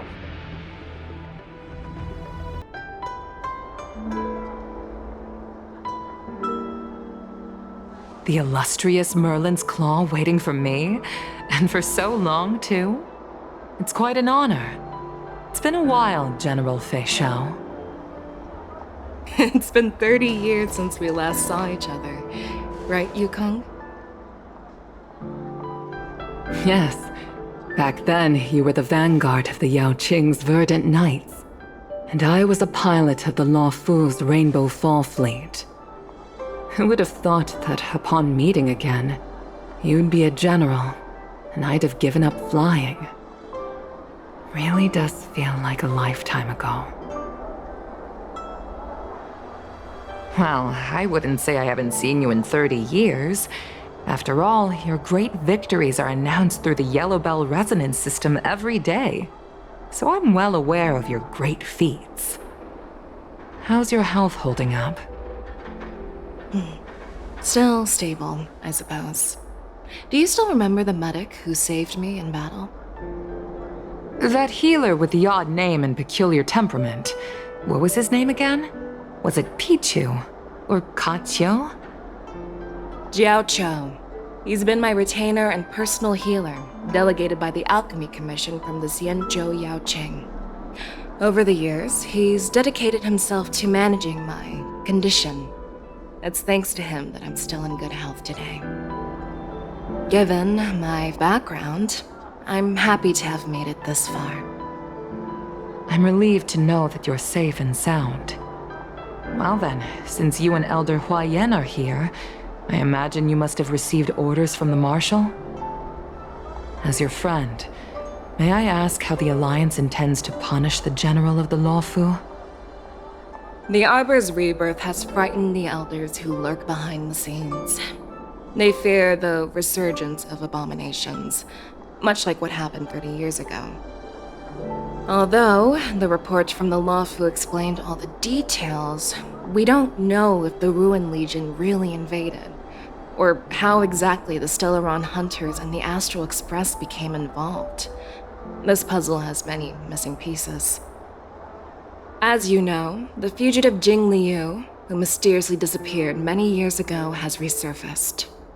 This time, she has brought along an outworlder and a coffin, claiming to offer the Marshal a method to fight against the Eons. The Lawfu Preceptor has also leveled accusations against Jing Yuan for neglecting the Alliance's principles. She asserts that Jing Yuan enabled the exiled Imbibitor Lunae to re-enter the Lawfu, thereby unlocking the lunarescent depths within Scale Gorge Waterscape, which in turn disrupted the Vidyadhara's dutiful watch over the Ambrosial Arbor. It is for these reasons that I have come here to the Lawfu today. Well, duty calls. Perhaps I shouldn't have mentioned all of this to an uninvolved person, but since we once fought together, I didn't want to keep you in the dark. Perhaps pretending you didn't hear any of this would be for the best. I understand. I'm sorry. I was out of line. I know I shouldn't be defending General Jing Yuan right now, but... well, you know how I am. The Lawfu has enjoyed centuries of stability since the end of the sedition of Imbibitor Lunae, much of which can be attributed to General Jing Yuan's masterful strategizing. Unfortunately, for long-life species, enduring through the ages always culminates in a failure that undoes all previous achievements, a moment that our adversaries relish. That's true. And that's why I'm also here for another purpose. To visit Hule. Hule? You mean that Hule? The Borisin warhead? The same Hule who has been imprisoned in the Shackling prison for over 7 centuries? The nemesis of the Foxians who will never be forgiven and shall be imprisoned until the end of the cosmos. I can't quite remember the exact wording, but yes, the very same Hule. Usually, only emissaries from the Xianzhou Yaoqing Skyfaring Commission visit him once every century. Why do you have to visit him now, of all times?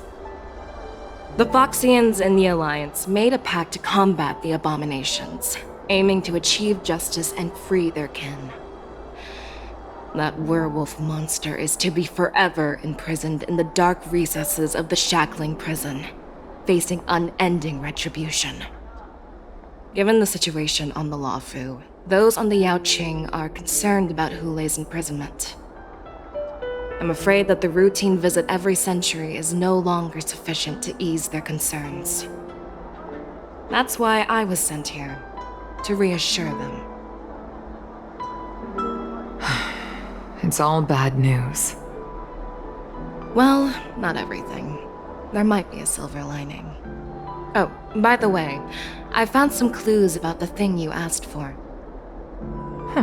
Tell me more. The Verdant Knights followed the route you mentioned and discovered the wreckage of the Whistling Flame ship. Unfortunately, there were no survivors and no cargo. However, someone had already been on the scene before we arrived. Our people? Or someone from the IPC? No, neither. Yukong, have you heard of a person named Ron May?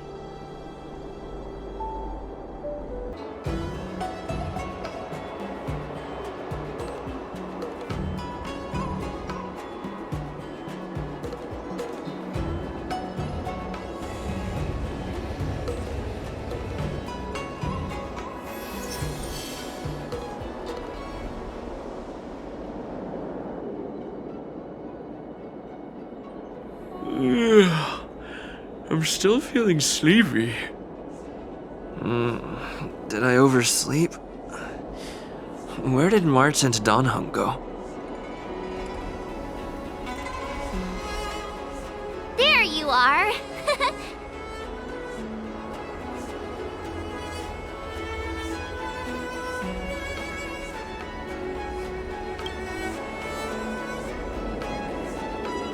It's an honor to learn from you, Master Yanqing.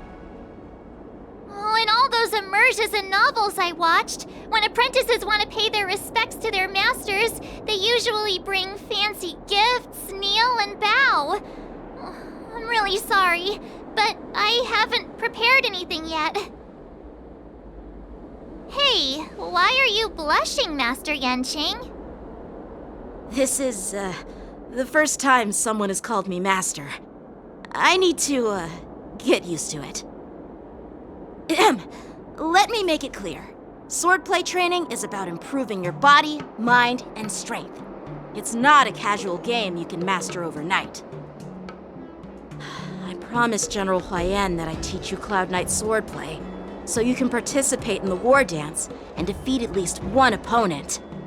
I'll do my best, but if you break your master's rules... Fine. A promise is a promise. Since I promised to study hard, I'll do my best starting today. Great! That's the spirit. March is in your hands now, Yanqing. Don't be too easy on her. Donhung, do you even have a heart? Did you lose it somewhere? By the way, where's Yunli? I've found a quiet spot in the back garden of the Palace of Astrum for our first lesson together.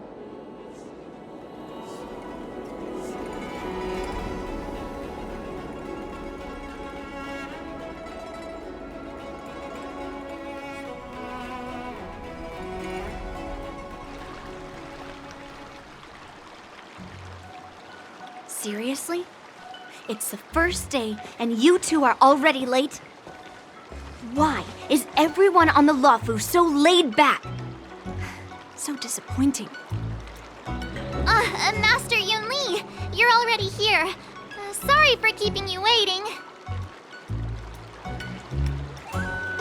Oh, wait. Were you trying to teach her in secret? That's sneaky. I'm just showing you what Luofu etiquette is all about. She might be my apprentice, but it's customary for the master to personally escort their apprentice to the place of learning. As the host, I'll be teaching Miss March the essence of Luofu's swordplay, after which she'll emerge victorious in the war dance ring. You won't be complaining about Luofu's swordplay then. Stand aside, rookie. Let me show you how we Ju-Ming swordmasters treat their apprentices. Quickly, over here, Miss March. This is a reverse mentorship gift from me to you. I hope you put it to good use.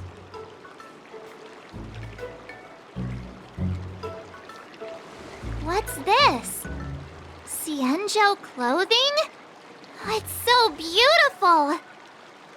Sword practice requires precise movements. This outfit is tailored to fit perfectly and allows for smooth movements. I even added some small accessories. I put a lot of thought into it. You're awesome, Master Yunli! See? See? How can you compete with me? I'll teach March 7th the essence of Ju-Ming swordplay so she can win the contest with my sword skills. Actually, I've prepared something too. Huh? You have a gift for me too, Master Yanqing? Since you want to learn swordplay, Miss March, you'll need suitable weapons. So, I went out of my way to prepare a pair of swords overnight. Unfortunately, I didn't have time to ask the craftsman to customize the swords for you, but I did my best to choose ones that look nice and are suitable for a beginner. I hope you like them, Miss March. Thank you, Master Yanqing! Bet you didn't see that one coming, did you, Yunli? The real competition is just getting started. I'm so lucky to have two great masters. But why does it feel like things are getting a bit weird?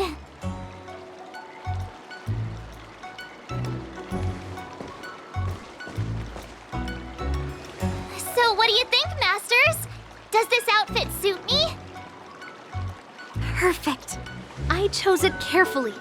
It's perfect for beautiful young swordswomen like you and me. All right, let's get started with the training. The person next to me is a Cloud Knight instructor I've brought in. For your first lesson, try exchanging a couple of moves with him. Wait. We're having actual combat training for the first lesson? Isn't that a bit too intense?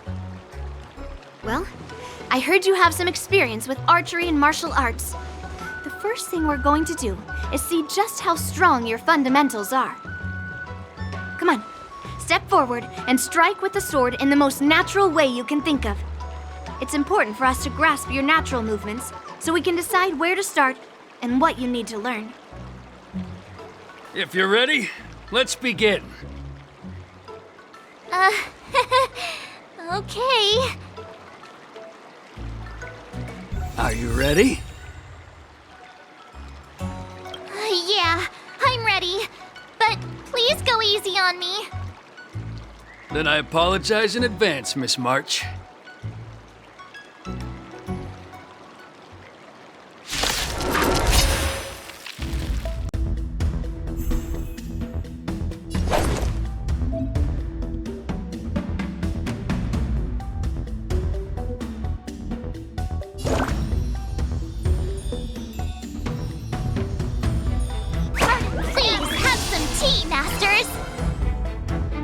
Close attention, Miss March.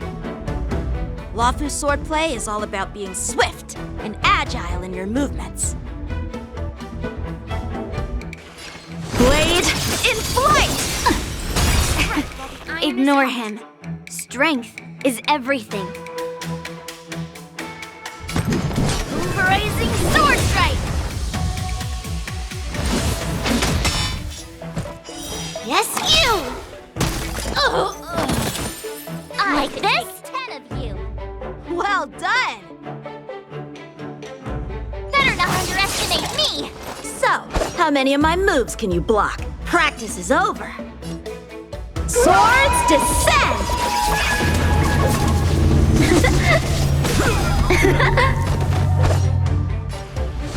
Strike with heart!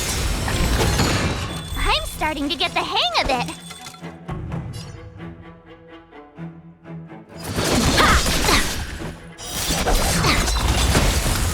You'll make for good practice. That's how a true master does it. With a true heart and focused mind, here I come. Time to show you what I can really do.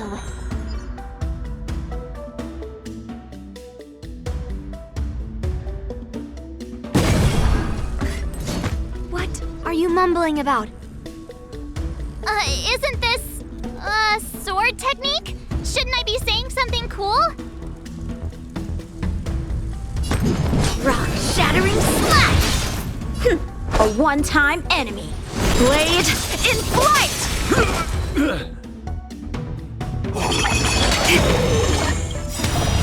Right on time.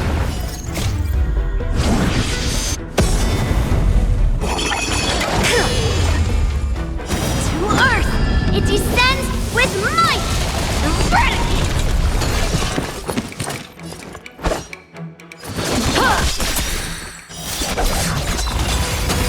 Practice is over. Swords descend!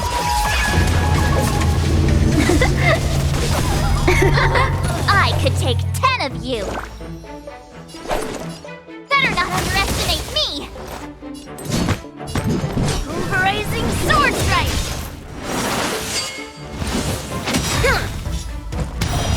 Yes, you!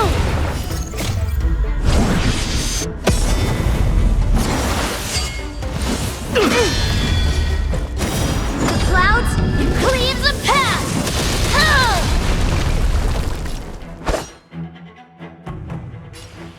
Strike with heart!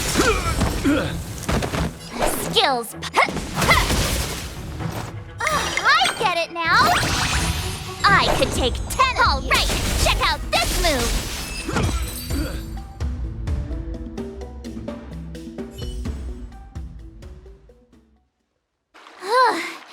I didn't expect the first lesson to be so intense. Miss March has quick hands and a flexible body. She's a perfect fit for practicing Lawfu swordplay. However, she lacks strength, and her strikes were a bit unfocused. But don't worry, that's totally normal for beginners. Once she starts practicing Juming swordplay, she'll make heaps of progress. Given the situation, I believe Miss March should start by working on her strength.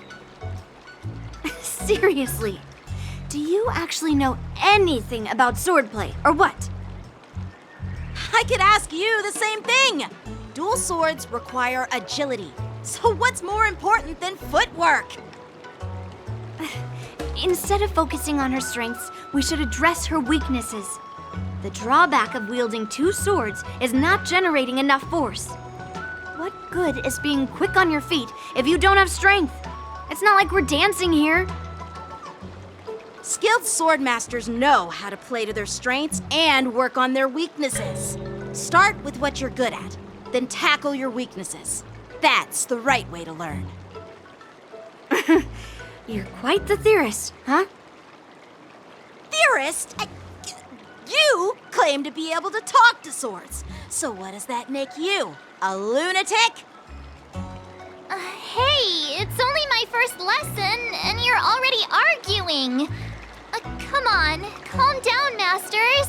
I'll have to improve both my footwork and strength anyway, so it doesn't matter which one comes first. But it does matter. Just listen to me, March 7th. Aww.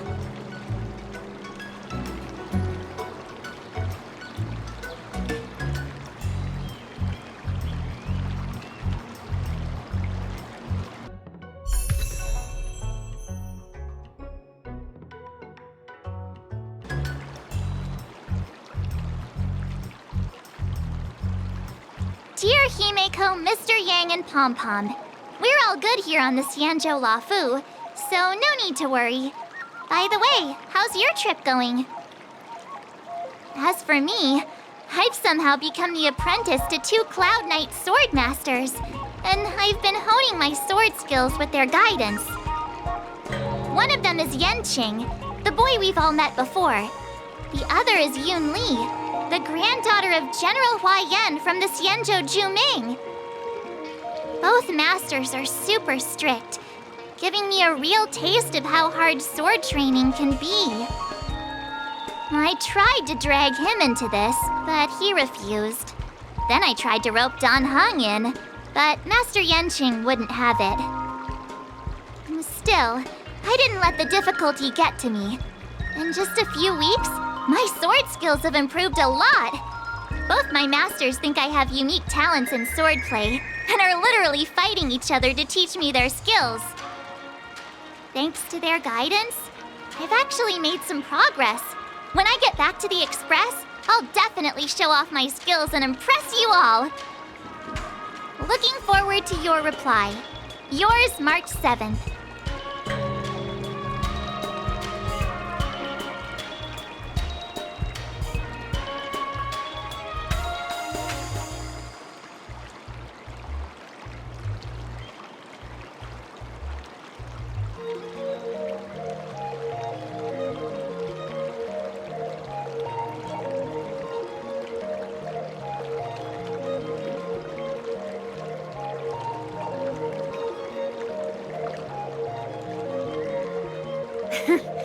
Well done! Let's call it a day.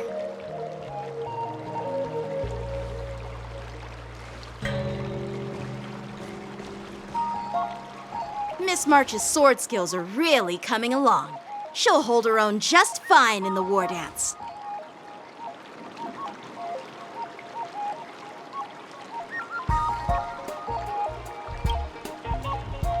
Just you wait and see. I'll show off my skills in the ring and win a match. I'll make both of you proud. Can you believe it? March 7th has actually become a pretty decent swordmaster in such a short time. Now I understand why Grandpa always had a grin on his face while training me. Are you sure he wasn't laughing at you? Oh, shut up! It's all thanks to your amazing guidance, Masters. Miss March, you're really getting the hang of wielding dual swords. If you're keen on advancing, trying out different Xianzhou blades can improve your touch. Let me see. Which sword is the most powerful? Single sword? Great sword? Or maybe a flying sword?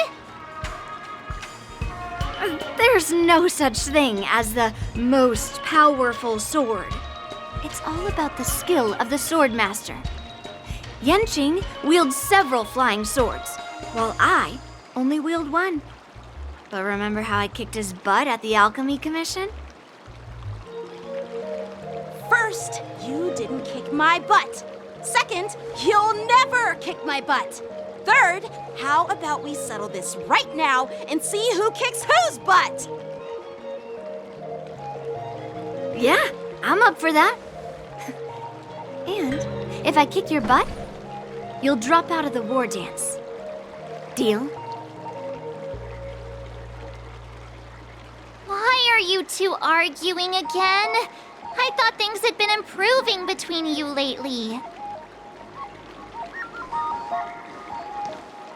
There was talk that the leading disciples of the Luofu and Juming generals were supposed to face off in the war dance, but for some reason, they suddenly teamed up to train an apprentice of their own.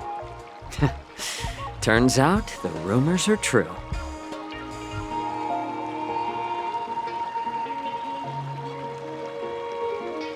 Tomorrow is the big day of the war dance. Shouldn't you two be focusing on honing your skills instead of teaching swordplay here? You're... Oh, that's right! You're the pink-haired fox from the Yaoqing!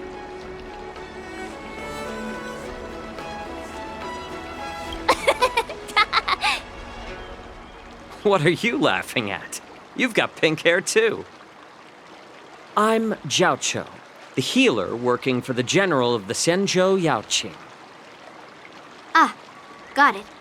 So, you're the participant attending the war dance on behalf of the Yaoqing, and you were trying to sneak a peek at our training? Sorry for the misunderstanding. I don't know anything about martial arts. I'm just here on the general's orders to take care of some official business. I didn't mean to interrupt your training. I'll be on my way. If you know nothing about martial arts, why were you smirking earlier? Well, my curiosity got the better of me, I suppose. When I heard Miss March's pondering about what to learn, I couldn't help but wander over. From my professional experience, cleavers, slicers, chopping knives, and carving knives are all just tools.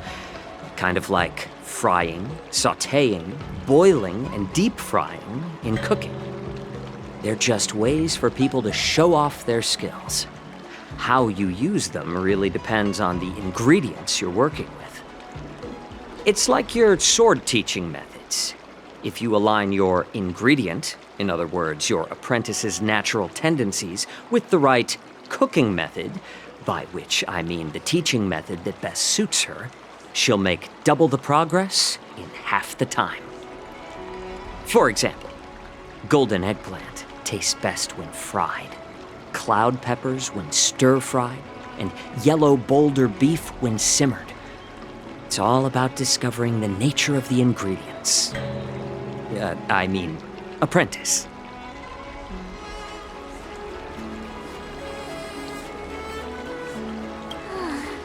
All this talk about food is making me hungry. Are you a healer? Why are you talking about food?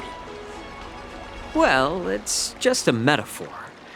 The medicinal school I follow on the Xianzhou Yaoqing is called the Ranja School, that specializes in food therapy. So it's only natural that I know a thing or two about cooking. So, you're the general's cook? I'm a healer. But anyway, a cook who isn't interested in health doesn't make for a good advisor. Fine. Call me a cook if you want. Seeing the way you're looking at me, it's obvious you think I'm just some feeble academic who likes to blabber on about martial arts. But, in reality, I know a thing or two about killing. After all, the art of healing inherently encompasses both life and death.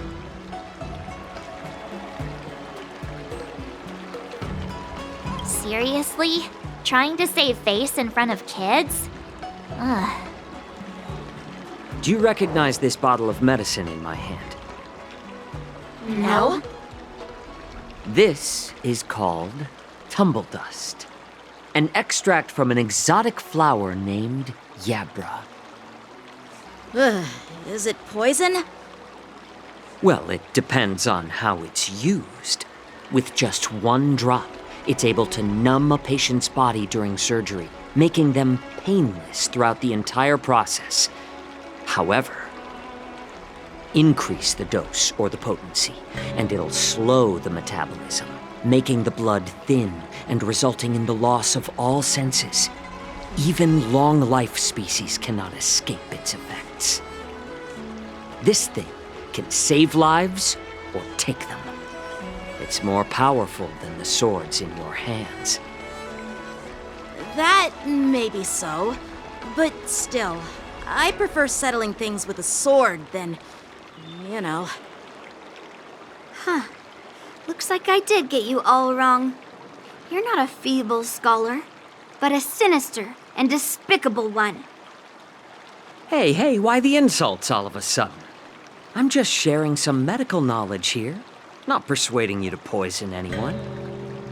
Seems like you get real excited when talking about poison. I can't tell if that's an honorable thing or sinister. Picture this. 2 individuals. The one standing is full of malice. The other lying down is honorable and righteous. How can the one who's lying down label the one standing as sinister? In the throes of combat, where life and death hinge on a singular moment, every idea fades into nothingness. The only thing that matters is staying alive. Surviving the battlefield reshapes all notions of worth, be it integrity or treachery. In my eyes, their significance is negligible. Perhaps you've underestimated Yunli and me, Mr. Jiaoqiu. We may be young, but we've seen our fair share of war. Well, well. Then you should know that the war dance is nothing more than a contest. So why are you so focused on it? When I was appointed as the ringmaster for the war dance, I asked the general, we Cloud Knights are supposed to charge into the fray and slay enemies. Why do we have to swing swords in a ring just to please an audience? And this is how the general replied. To unsheath your sword in a ring is no different than on the battlefield, as your sword reveals the might of all Cloud Knights. The war dance is the perfect chance to showcase martial virtue and forge alliances from all over the cosmos. When we unsheath the sword without drawing blood, we not only display our might, but also the martial virtue of the Cloud Knights. That's quite an insightful statement, Yanqing. Well, my apologies for being so short-sighted. I've been on the Luofu for quite some time, but I haven't had the chance to see the ceremony venue for myself yet. Hearing you speak so highly of it has piqued my curiosity. Would you mind showing me around? You want to see the Sky Splitter ship where the war dance will be held? Let's go! I bet Yunli and Miss March haven't seen it either, right? Well then, I'll give you all a tour. Let's go. I'll give you a tour of the Sky Splitter.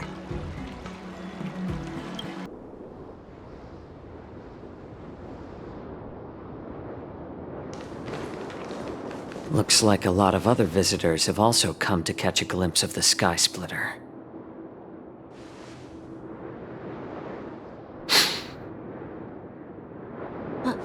What's up, Mr. Jiaoqiu? No, it's nothing.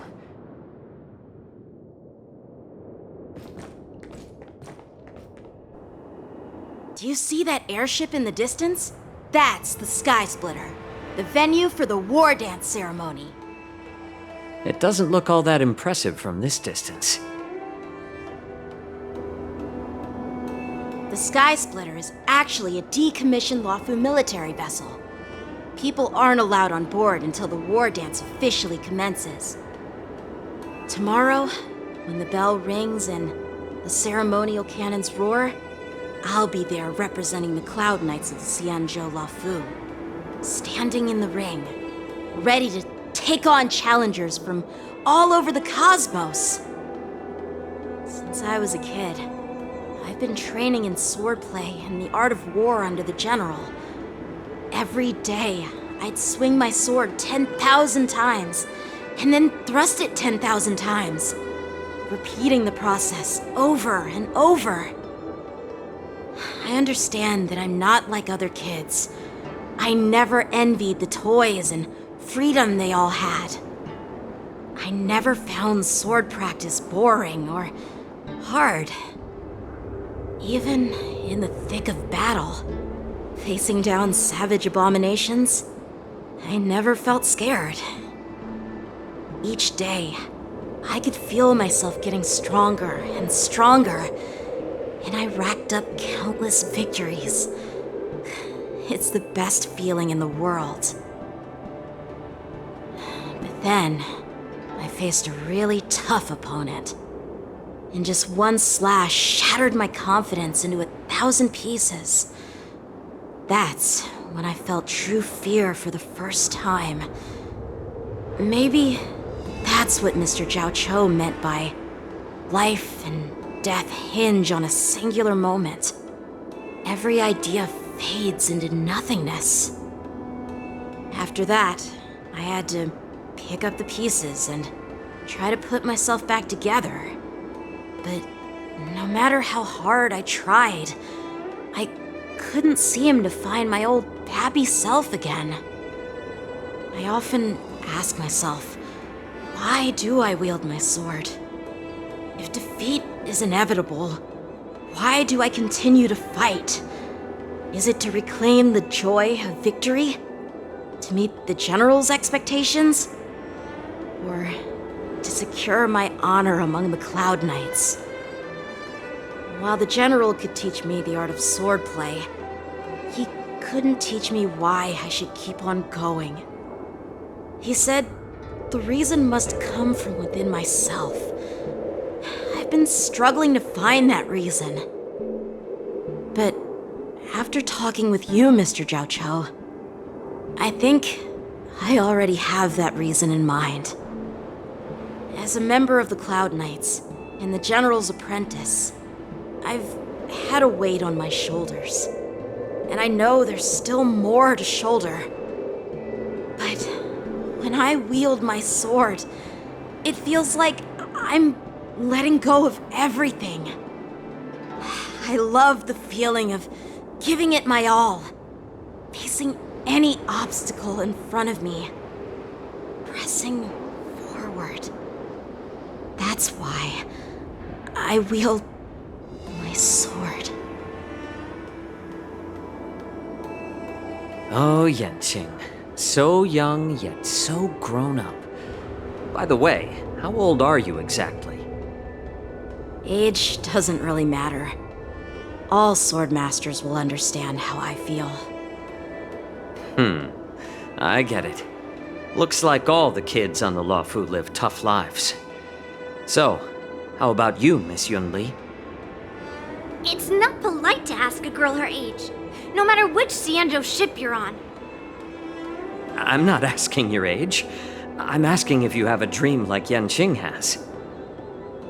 You don't talk like a cook. You sound more like a TV host or something.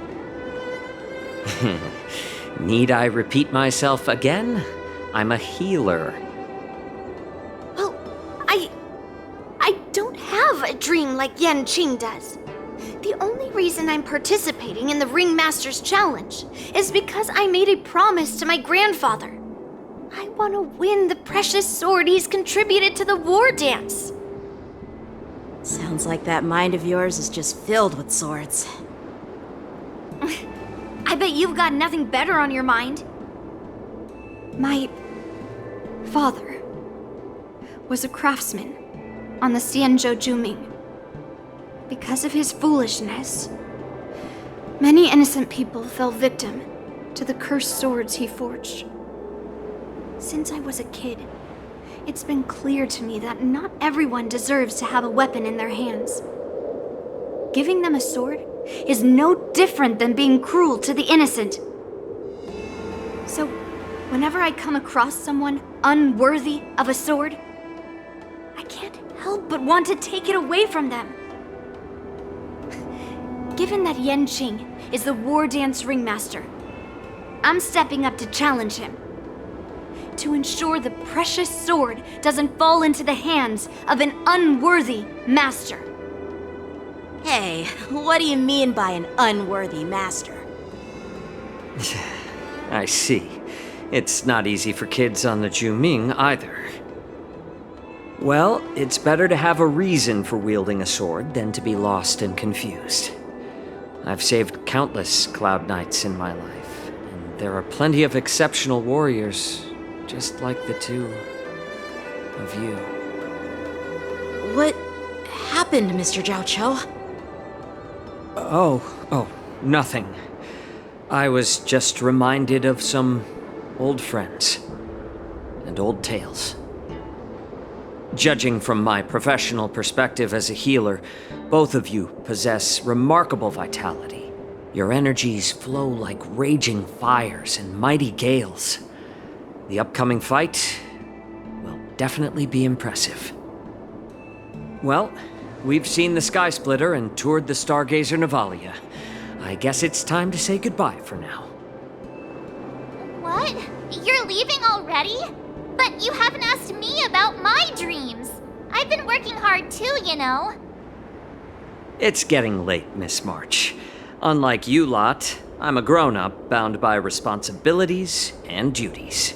The tasks entrusted to me by the General won't complete themselves. By the way, Yanqing, is it normal to have so many people wandering around in an automated area like the Stargazer Navalia? Actually, this is a restricted area. But since you're all guests, I made an exception, so you could take a look around. I understand. Well, I'll take my leave. I wish you both the best of luck in the ring tomorrow.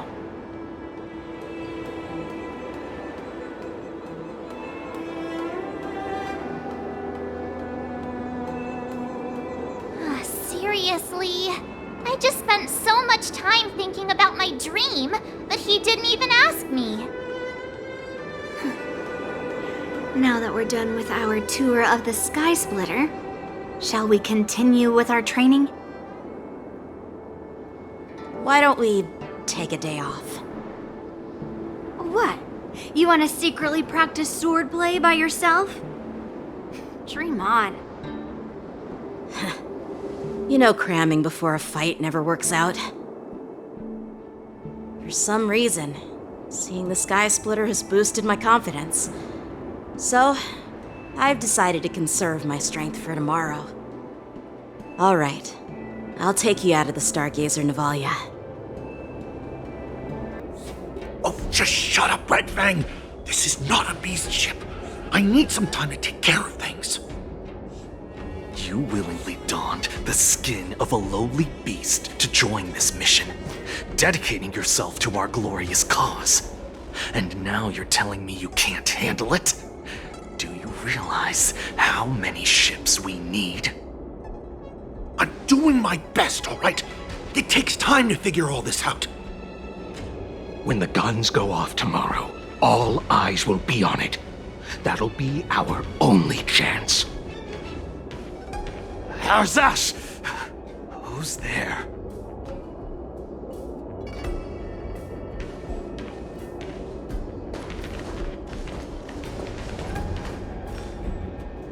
Who are you guys? An impromptu inspection. Why are there outsiders loitering in Stargazer Navalia? And a bunch of kids at that. Hey, kids, didn't your parents ever tell you to stay away from the Stargazer Navalia?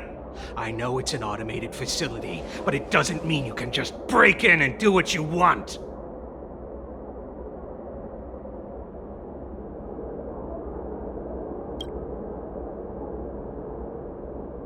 Sorry. I'll take the little ones away right now. Big sis, let's go. I want to play in Ever Hunt Plains.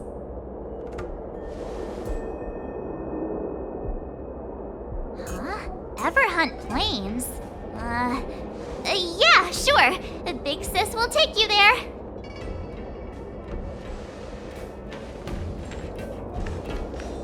Shuha! You should have let me. Shh, the overhaul is done, and everything looks good. We should leave.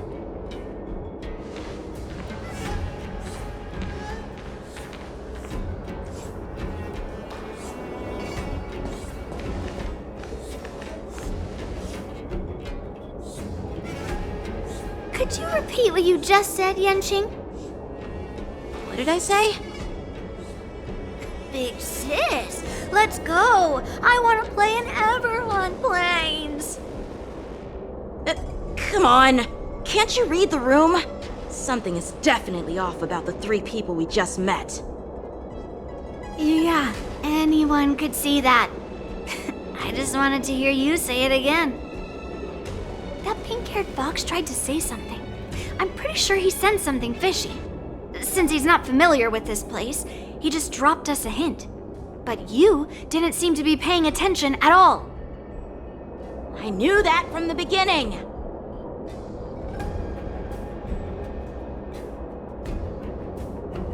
That Cloud Knight didn't recognize Master Yen Qing at all. That's really weird. What? Is he famous on the Luofu or something? Not even the Cloud Knights on the Juming, who all know my glorious name, might recognize my face. You have a point. A Cloud Knight, a member from the Skyfaring Commission, and a craftsman. They're from various departments, and the reason for the overhaul seems legit. But one of them blurted out some weird language just now. Did you hear that? I have a feeling that if we secretly tail them, we'll definitely catch these guys in the act. Follow my lead, and be careful not to blow our cover.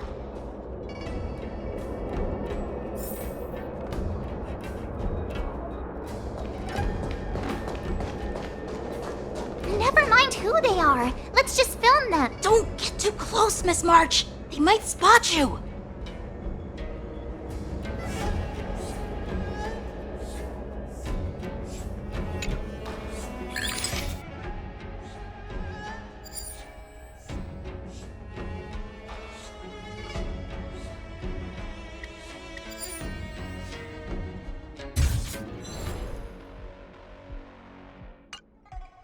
We should have just killed those lowly beasts. Those little brats won't take up much space. There are boxes all over this place. Just dump them into one and no one will notice. Cut the theatrics, Grulok. Even the slightest slip-up could interfere with Lord Moktok's plans. So where are we heading next? To check the freight skiffs. We've got a lot of preparations to do. Also, don't forget to take those crates with you. Weapons, supplies. We've got to be well prepared. Otherwise, we're screwed. So, are they smugglers? What exactly are they up to? I have no clue, but they seem to be moving those crates. I've got an idea. We can hide inside the crates and follow them.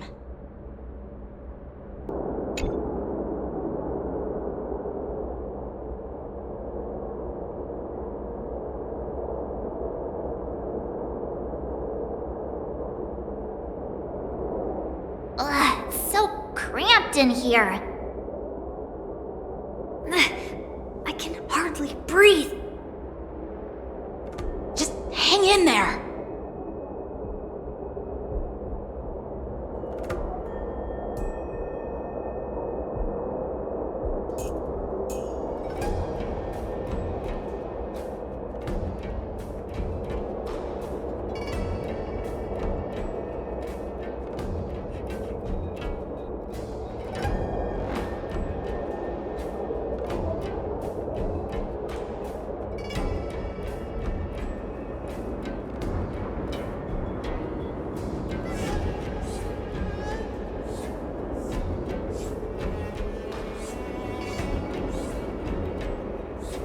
Let's just put the cargo here for now, all right?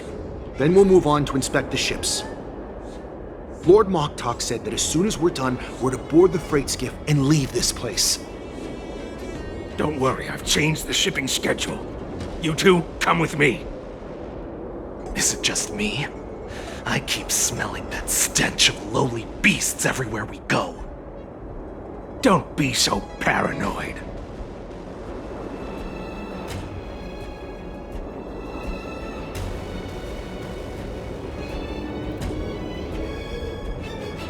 Looks like they're planning to escape on the skiffs in Stargazer Navalia. They keep talking about their plans, but where do they come from? And what do they want to do on the Xianzhou? They're definitely up to something bad. Wait, they disappeared! Let's catch up to them.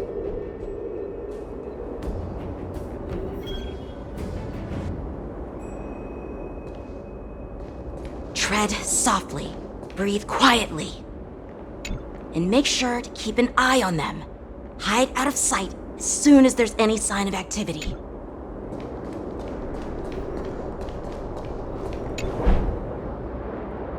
Don't be so paranoid. We're running out of time. Get over here! Shuhard, I'm coming!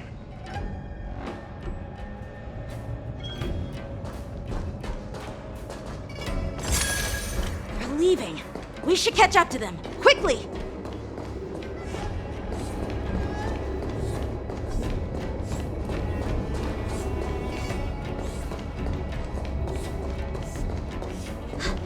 Did he spot us? Quickly, hide!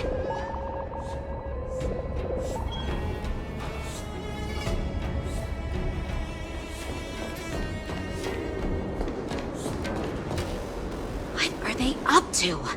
They're all wearing official uniforms, but I'm pretty sure they're not members of the Skyfaring Commission, the Artisanship Commission, or the Cloud Knights. This is way too suspicious. Never mind who they are. Let's just film them. That way, if they do anything bad, we'll have solid evidence against them.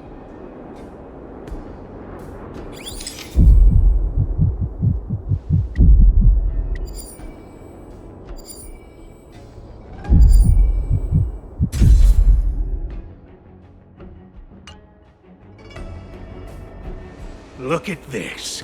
A freight star skiff with enough room to fit at least 20 of my men. I'll let the others know and have them prepare more star skiffs. Once we're past the checkpoint, there will be beast ships waiting for us. Lord Moktok is ready. The revival of our ancient bloodline all hinges on this operation. What did he just say? Beast ships?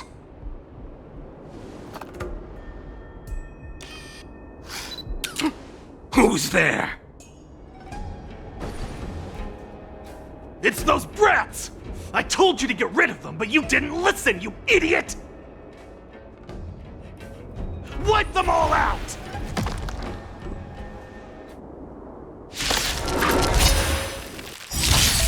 Borison? Adusa! Die, you lowly beasts! How is this possible? How did these Foxians change their appearances like that? They're not Foxians at all. They revealed their true form. They're Borison, just like the bandits I defeated on the IPC ship. Wait, that means...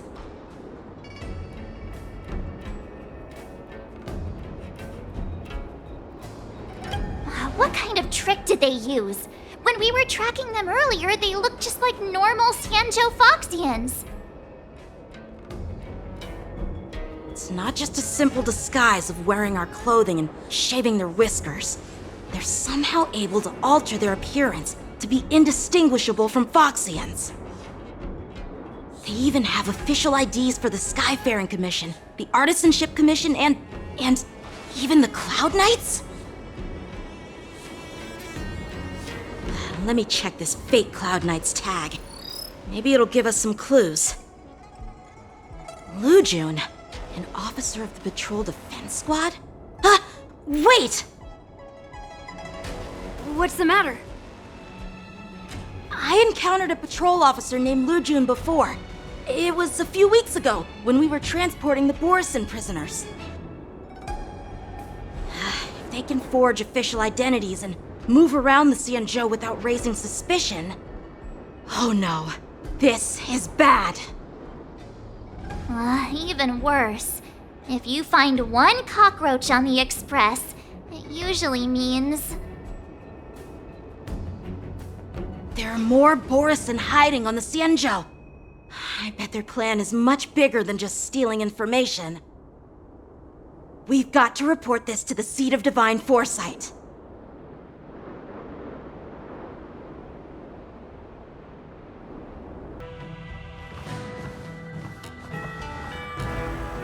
I am glad to finally meet you in person, guests from the Astral Express. I'm Fei Xiao, the General of the Xianzhou Yaoqing.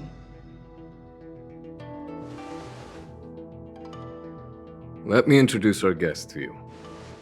The one dressed in green. He's the reincarnation of Imbibiter Lune, and the person behind him is the newest member of the crew. I've heard a lot about you. Outside the reports from the Luofu, the Skyfaring Commission of the Yaoqing has also gathered plenty of information about both of you. I've been eager to meet you face to face for reasons that I'm sure General Jing Yuan has explained, right?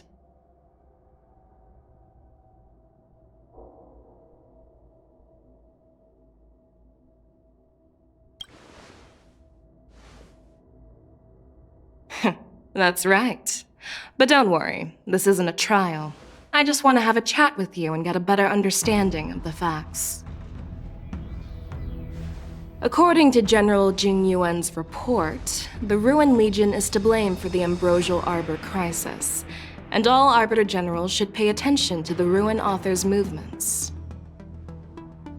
Over the years, the Destruction's minions have wreaked havoc on countless worlds, and the Alliance has been keeping an eye on them, but no one expected them to join hands with the remnants of the Abundance.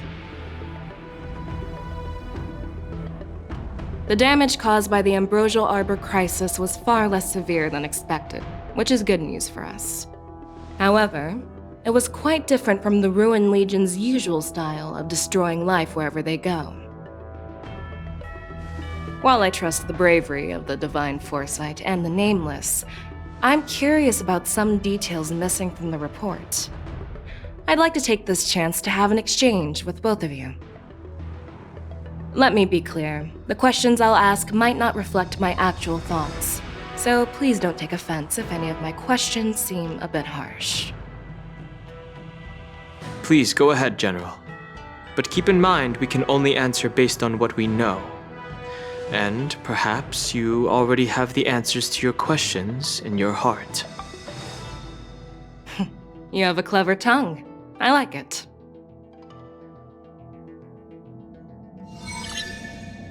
The Merlin's claw is quite articulate. Right now, her intentions are unknown, and Jing Yuan wants us to be honest. Maybe I'll just stick to the facts we know. Let's cut to the chase. Before the crisis struck, the Astral Express was guided here by a Stellaron hunter, a wanted felon, in an attempt to resolve the Stellaron crisis. However, everyone in the cosmos knows of the Stellaron hunter's reputation. So, why did you place so much trust in them? Could it be that some of you have a connection with them?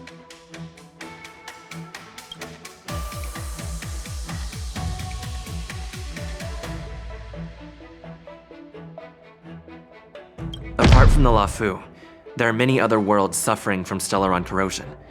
For example, Eurillo 6, the world that the Express stopped at before reaching the Luofu, was one of them. To the Express, Stellarons act as roadblocks on the Silver Rail and pose risks to the warping process. And that's why dealing with Stellaron issues is part of the duty of the Nameless. Ah, I've heard about those problems caused by Stellarons. The Express connects various worlds, so it makes sense for you to take care of this. The cosmos is a mess, and the Trailblazers are just doing their best to fix it. I understand. Let's move on to the next question.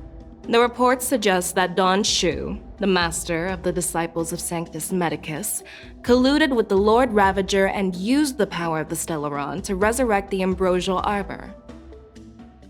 But here's the thing. Don Shu was just a chief alchemist. Even if she colluded with our enemies and summoned the Stellaron, how did she manage to bypass the Videodora guards around the Ambrosial Arbor?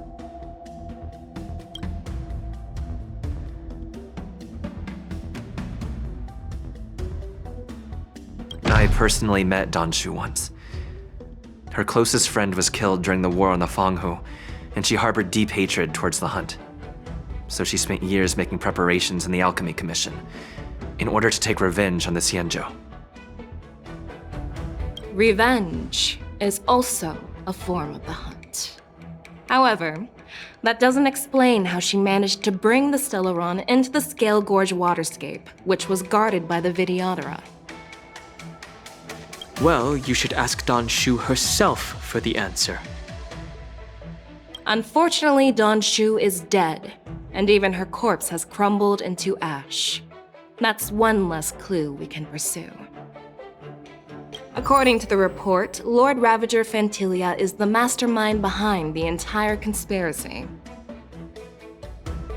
She disguised herself as an ambassador of the Skyfaring Commission and traveled with you, only to vanish without a trace later on. It seems too convenient to label her as a scapegoat.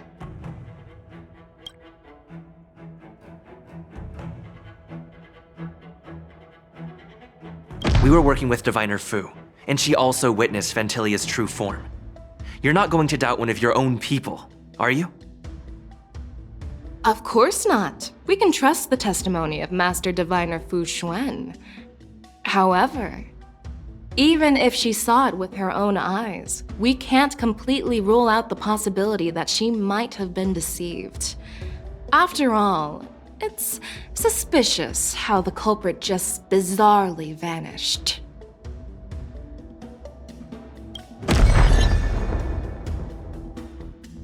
Oh, it seems that your answers have addressed all my questions. Generals, I am finished with my questioning. So, what do you think, General Fei Shao? Have the doubts in the report been cleared up? The two nameless have been honest in their answers. Even though there are some tricky details, my intuition tells me there is nothing wrong. However, the 3 questions I posed earlier were not just for the nameless, but for you too, General Jing Yuan. First, the disciples of Sanctus Medicus grew uninterrupted on the Law Fu, yet the 6 charioteers were not aware of it. That was a dereliction of duty. Second, you believed in the Stellaron Hunter's prophecy and entrusted outsiders to solve the crisis, even granting them access to the Plague Mark. That was a dereliction of responsibility. Third, you insist on holding the war dance right after the Ambrosial Arbor crisis, putting the Lawfu back in the spotlight. That is a dereliction of wisdom. Merlin's Claw. Is this your line of thinking, or the 10 Lords? From the moment I walked in, I made it clear that the questions I'd ask might not reflect my actual thoughts. The disciples of Sanctus Medicus were deeply rooted and had been plotting for a long time. I admit it was my negligence for not noticing it earlier. As for the Stellaron Hunter's prophecy, I didn't believe all of it, but in the end, the Law Fu did survive the Ambrosial Arbor crisis. So, I think it's safe to say that Elio's prophecy about the future holds some merit. And as for the war dance, do you think I'm unaware of the risks? However, risks can also be opportunities. The Law Fu has lain low for too long. I believe it's time to stir up the dregs hidden in the depths and wash them away once and for all. Just as I expected from our sophisticated divine foresight. You have a way with words. I like it. But, unfortunately, ever since the report was submitted, the Alliance has been filled with rumors and speculation. Even within the Law Fu, there are people accusing you of neglecting your duties, resulting in the Ambrosial Arbor's resurrection. So what are your thoughts on all of this, General Fei Shao? As a fellow Arbiter General, I fully understand the difficulties of this position. Personally, I think all these rumors are meaningless drivel. Across the sea of stars, the divine foresight knows better than anyone else what happened on the Law Fu and the meaning behind it. Just as what happened on the Xianzhou Yaoqing recently. You mean the Xianzhou Yaoqing is also... The scouts of the Verdant Knights have sent back reports that Borisin are making trouble again. The Borson packs that were once divided and scattered have started swallowing each other up, forming larger and larger packs. Moreover, there's an entity named Mongus behind it all. An entity? According to the report, this entity isn't actually a Borson. It's a woman claiming to be the messenger of the Master of Immortality. She's described as having 12 faces and 12 pairs of fangs, as cruel as poison and as elusive as quicksand. The Borson believe she'll give them a chance to rise again. That's Ventilia. That's right. You're lucky that I'm the one who came this time. If it were the Patina Justice or the Seer Strategist, this conversation might not be so friendly. I've always had faith in my instincts, so I don't doubt your good intentions. But the Alliance has its fair share of questions and doubts about the Law Fu. So, my plan is to come up with an acceptable answer to satisfy the Alliance. What's in this plan, General Fei Xiao? General Jing Yuan, you already know what has to be done. But since you don't want to be the bad guy, I'll take care of it for you. You need the final word from the Ten Lords Commission to quell any doubts. And for that, I'll have to ask the two Nameless to visit the Shackling Prison. No, I'm not imprisoning you.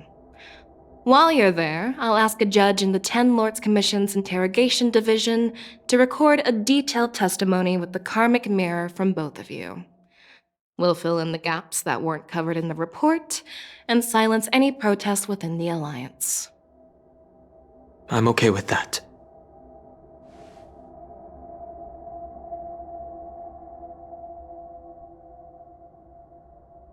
Your willingness to help is truly heartwarming, youngsters.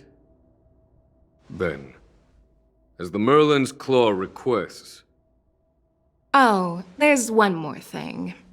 This testimony is for silencing the voices of opposition within the Alliance, but I would like to urge General Jing Yuan to listen to the pleas of the Foxians on the Xianzhou Yaoqing.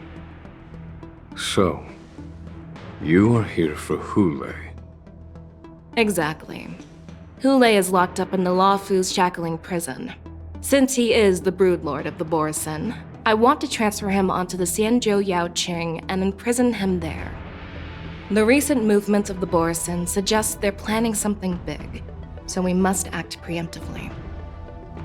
It makes sense to have the Foxians keep an eye on their arch-nemesis.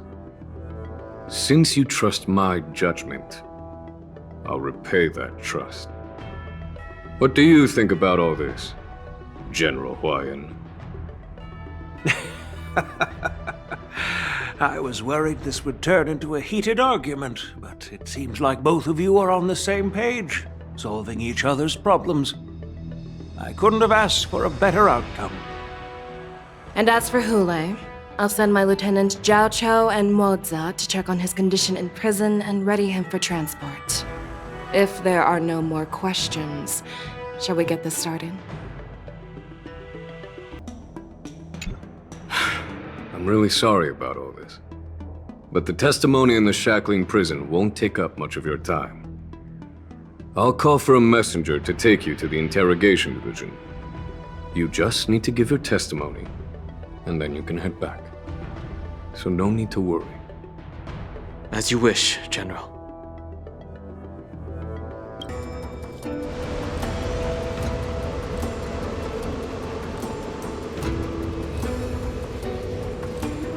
As General Jing Yuan requested, everything is prepared for your arrival, and I am here to receive you. The judges at the Interrogation Division also know your purpose in coming.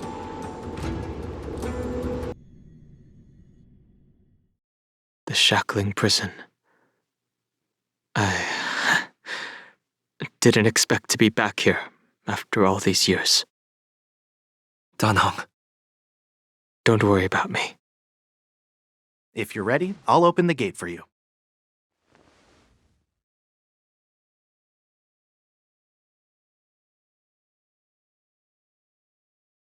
Well, technically, the shackling prison is spread out across multiple delves, and the ancient sea is just where they overlap. Please, come on in, dear guests.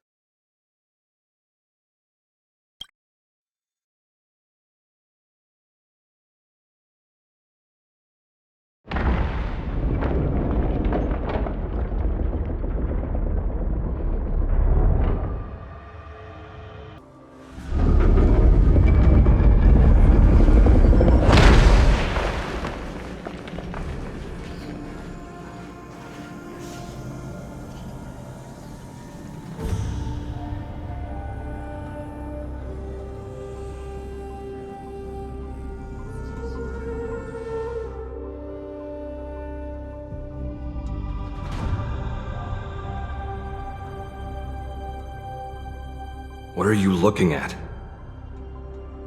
The shackling prison on the Luofu is completely different from the one on the Yaoqing. It's completely underwater. Whether it's in the clouds or underwater, breaking free would still be a piece of cake for me. Still thinking about your old jailbreak tricks, huh? Forget it. You're free now. Just don't do anything stupid, or the judges will throw you back in there and lock you up for a few hundred years. You'll see me again in just a few days. Taking Hule back to the Yaoqing means a lot to the Foxians on the ship, and to the General herself. So stay alert.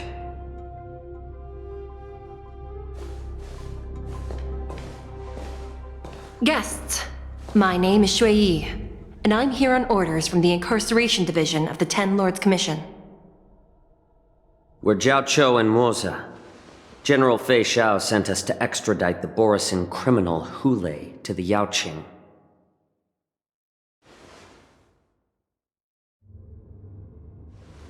We're here to inspect the conditions of his imprisonment and make preparations for the handover and transportation. I assume you've been briefed, Your Honor. Your visit request has been approved. I'll be your guide for this trip.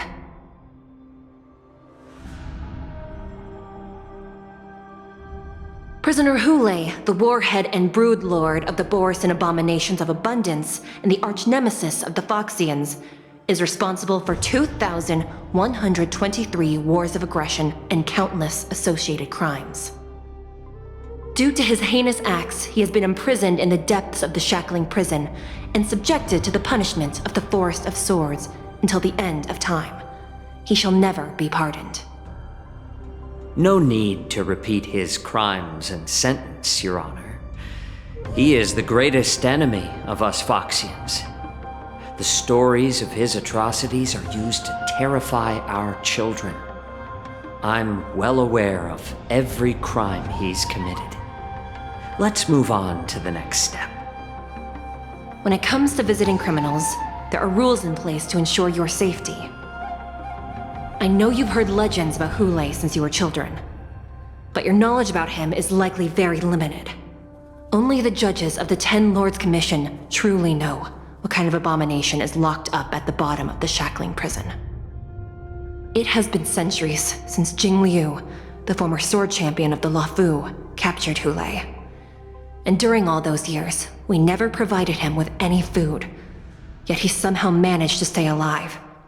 It defies all the documented physical characteristics of the Borisin. The Forest of Swords, forged by the Punishment Division, is a device of intense torment, used to execute sinful abominations. Most Borisin die within 3 days in the forest, but Hule is different. Every time the blades pierce him, his body instantly heals. Despite the brutal punishment, he somehow manages to survive. The complex rules are there because of his abnormal characteristics. Do you understand now? I apologize for any offense caused. Please continue, Your Honor. I've given you the instructions regarding Hule's visitation. Please make sure you read them carefully.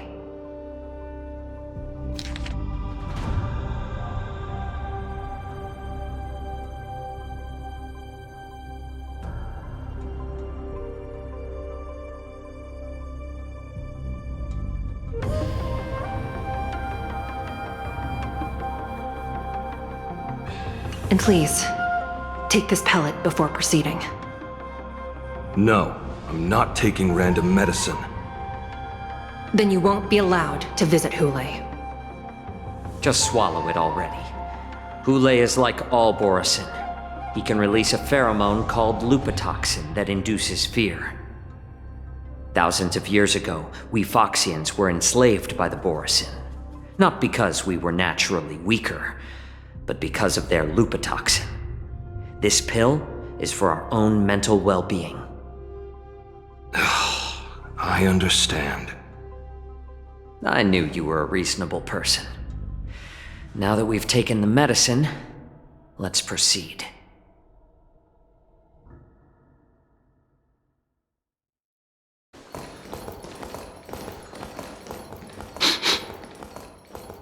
Your Honor. What is it? No, never mind. Maybe I'm just imagining things. Let's keep moving.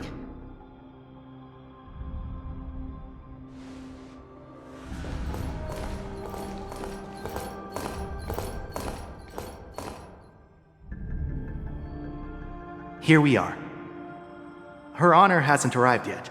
Please wait a moment.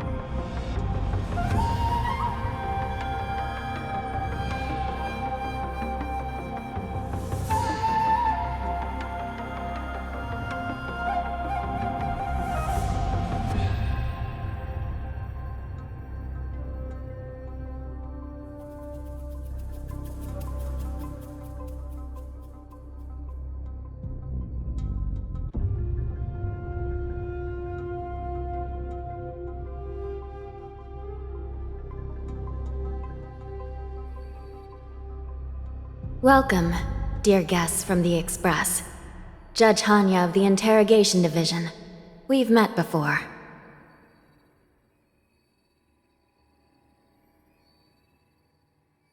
You don't want to see me? Well, in that case, I can call in the judge who's an expert in acupuncture, or the one who's handy with axes and saws, or the one who knows all about whips and ropes. We've got plenty of options here, and we'll find one that suits your taste. Just kidding. We judges work in shifts, and it just happens to be my shift. Maybe we're destined to cross paths. Please allow me to express my gratitude to you again for subduing the demons in the Fixtral Garden. Looks like while March 7th and I were clueless, you already made many friends on the Xianzhou Luofu. Even though you and I have met before, we can't show any favoritism under the 10 Lords. So, please do as I command as we head to Scrivener Hall and beyond. Don't do anything without my permission. This is not a place for ordinary mortals. You and Mr. Danheng, please come with me. Please lead the way, Your Honor. Please let me activate the mechanism before we all move forward. And please, watch your steps.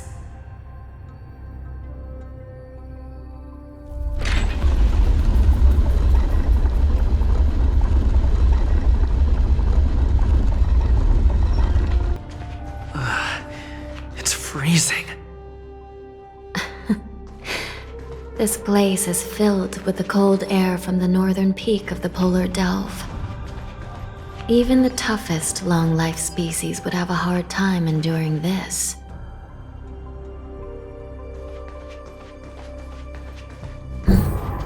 Did you hear something just now? Let me check it out.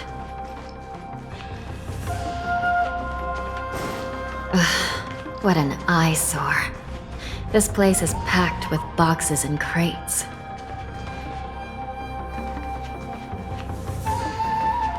These crates, they look oddly familiar. A few days ago, the Spiritfarers received reports about an IPC transport ship that was attacked by Borison.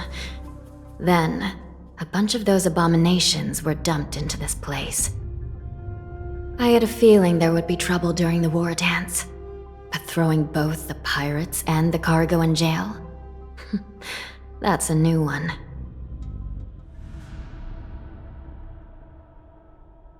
I heard the Intelligentsia Guild crafted something dangerous. We have many records in the Hall of Karma about these wise ones. They love to tinker with forbidden technologies, always trying to push the limits of Ingenia. I caught a glimpse of the mechs in those crates, and they bear a striking resemblance to Borison. I wonder what they're planning this time. Well, business first. Let's keep moving.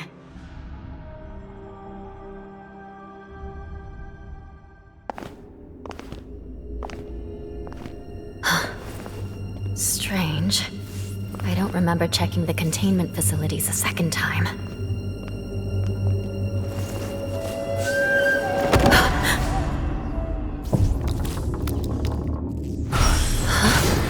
Watch out!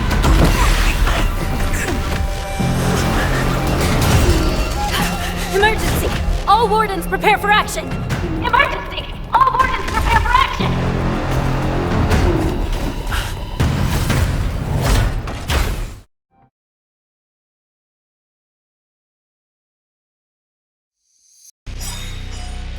What's happening here? Why are these things moving on their own? Something is wrong. The guards aren't responding.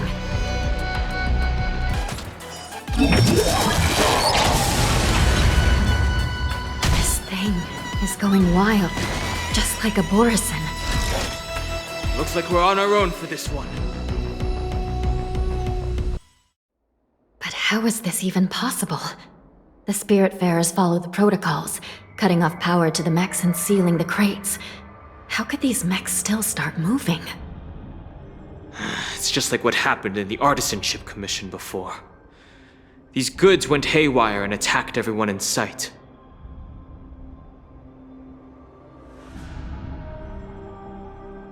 The Alchemy Commission members examined them and found some unusual structures within. These things showing up in the Shackling prison can only mean one thing. A prison break.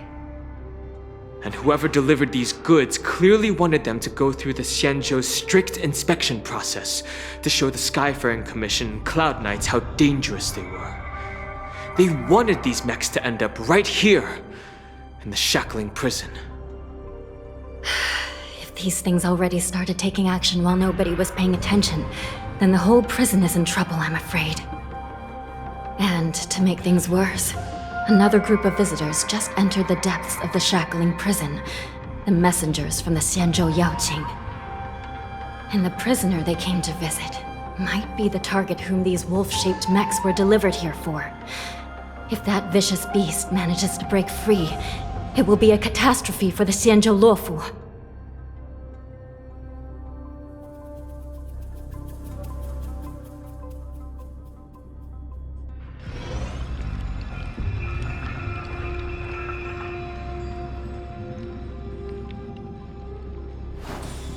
Here we are. Have we arrived already, Your Honor? Huh? Shouldn't there be a cage here? The most notorious felons are locked away in the solitary delves, deep down in the prison. Those delves can't be opened without proper authorization. The blue bird paves the path, and the Stygian lanterns illuminate it. Help me light up these lanterns, and the way to the bottom of the Shackling prison will reveal itself. I've given you the diagrams for lighting the lanterns. Please take a look.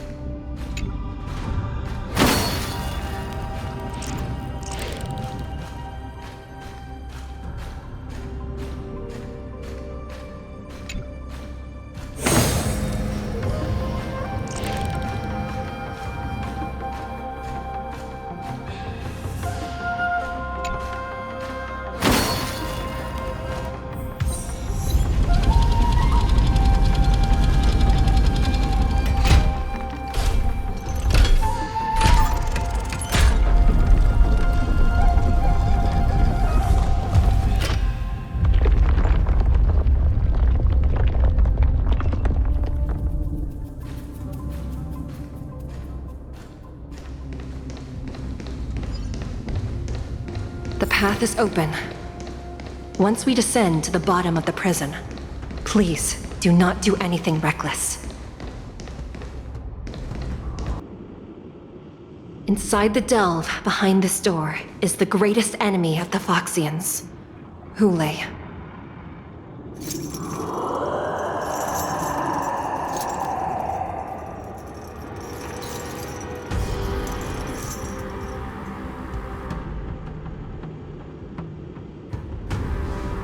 According to custom, envoys from the Yao Qing visit the Xianzhou Luofu once every century to check on this abomination's imprisonment and condition.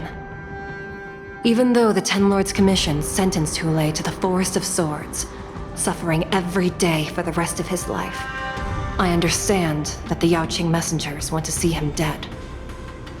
Unfortunately, for the past 7 centuries, they've had to return disappointed, because this beast simply can't be killed. If we can use his toxin to create medicine and save an innocent life, it might help balance out some of the sins he's committed.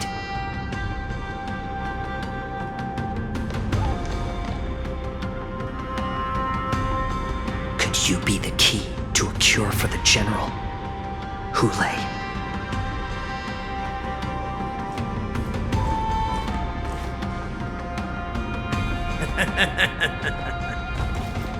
And once again, the envoys of the Yao Qing will leave disappointed. However, I won't say the same for me and my brothers. Who's there? I'm just a humble counselor of the Rhino Hound Pack. You can call me Mock Talk. Wardens, intruders on the lowest level! Send reinforcements! Nobody will hear you here, at the bottom of the shackling prison. Thank you for opening up the prison for us, Your Honor.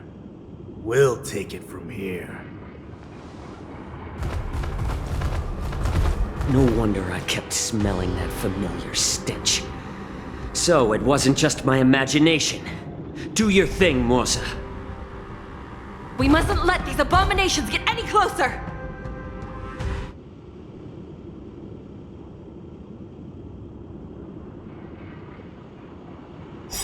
Detestable things. There are too many of them. Precise machinations. Once we were inside the shackling prison, we found soldiers available for us everywhere. Live to fight! Fight to live! I suggest you surrender now. Of course. You won't get away. I'll still kill you all. But I promise it'll be sweet. Live to fight! Fight to live! How presumptuous! Die now! Leave if you can, Morsa. It's not done yet.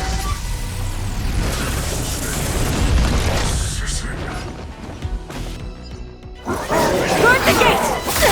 They can't be allowed in!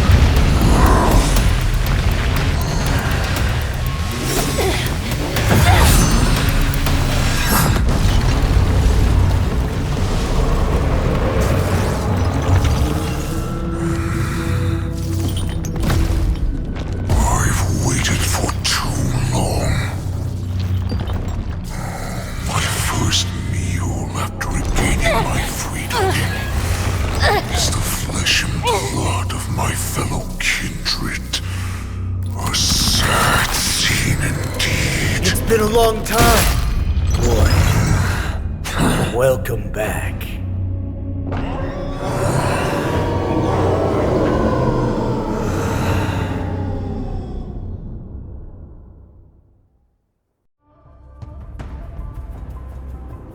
many times has Verdantia spun around since our last hunt? Duran's whelp. Tell me your name. Oh, great Hule, nemesis of the Foxians, and the hunter of all beings. I'm Moktok, a humble counselor of the Rhino Hound Pack. I am only one insignificant heir spawned from your bloodline.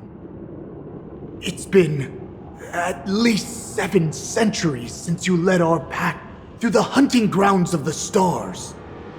I'm thrilled to see that you are as cunning and skillful as ever.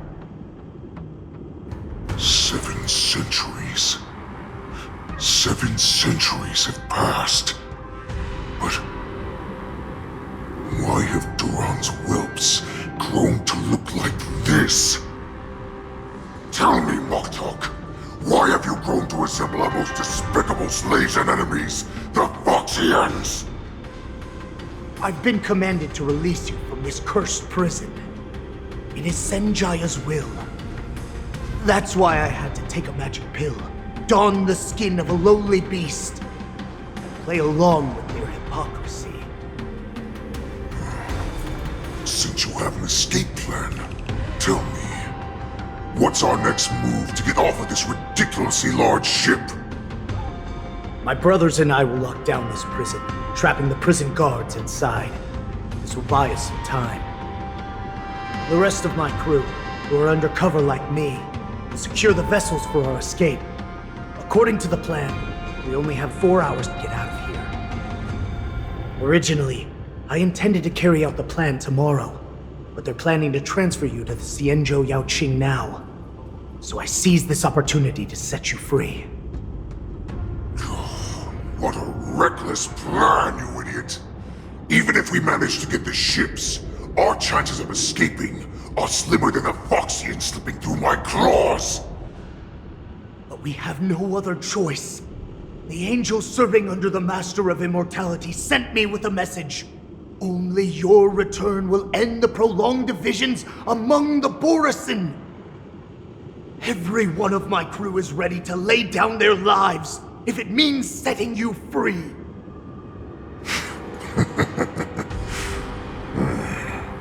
A sneaky weakling like you is actually showing some reckless bravery with this plan.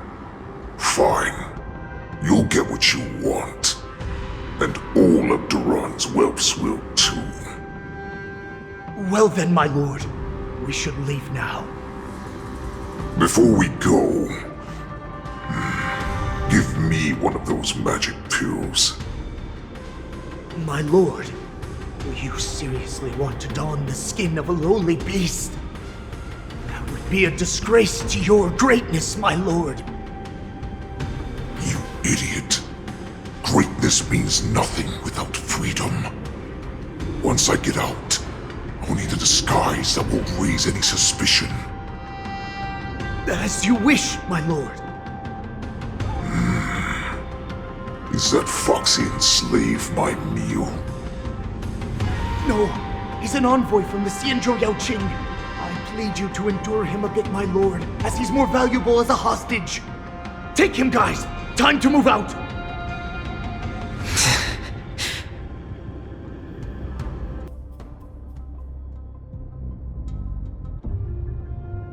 Madam Hanya, the wardens in all areas are regrouping.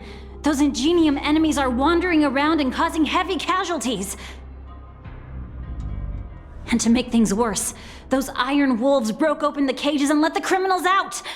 We've called for backup, but it seems like all communication is jammed.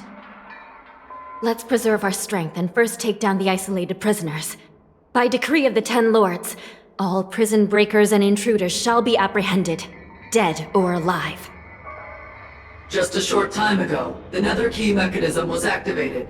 It was probably Madame Shui and the Yaoqing messengers, heading to the bottom of the prison. Given the situation, I'm afraid that area is exactly where our enemies are targeting. We mustn't let that vile beast escape from its cage. We've gathered all the prison guards who can still fight, and we'll split up and secure each floor. Go! Those intruders are quite bold. They must have been planning this for quite a while. Indeed, but Borisin tend to favor direct and aggressive approaches. Crafting careful and precise plans like this is simply not their style. Let's focus on the current situation right now. Please help me.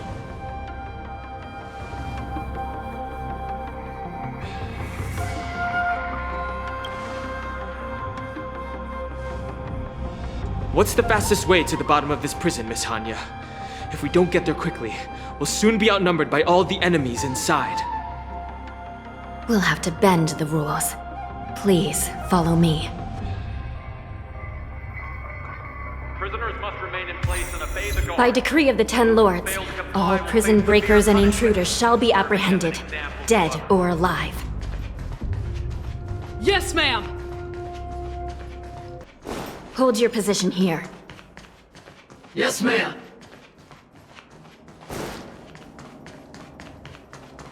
We need a few tools if we want to reach the bottom quickly.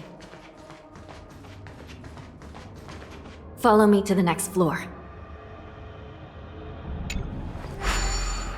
The path is cut off. Someone must have altered the mechanism. No matter. It'll just require a bit more work to get through.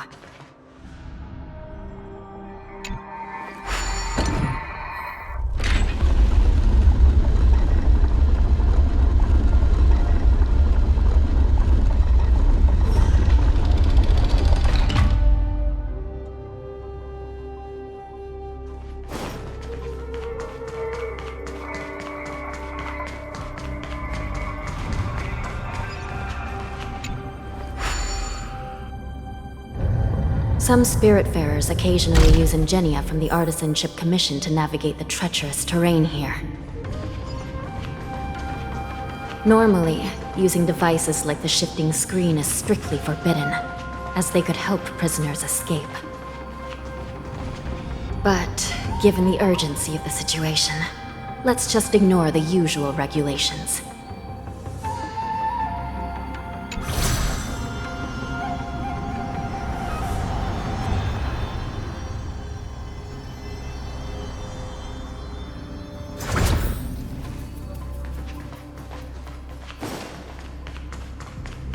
The nether key has been activated.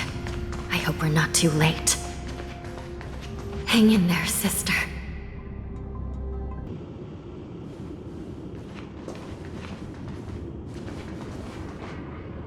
Looks like there was a fierce battle here not long ago.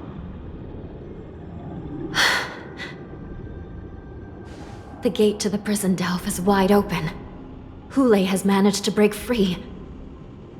Where are the Yaoqing messengers? And where's my sister? Are they still alive? Let's look around. Maybe we'll find some clues.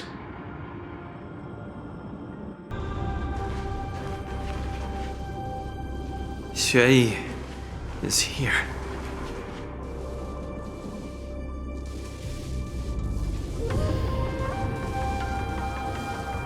Miss Xueyi bravely sacrificed herself.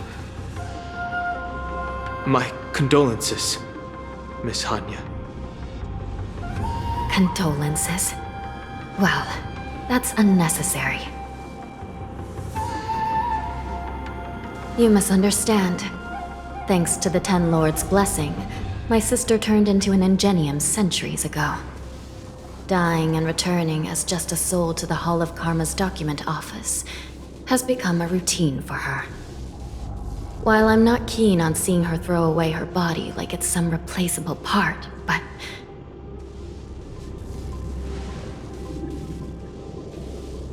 By the way, have you seen bodies that might be the Yaoqing messengers?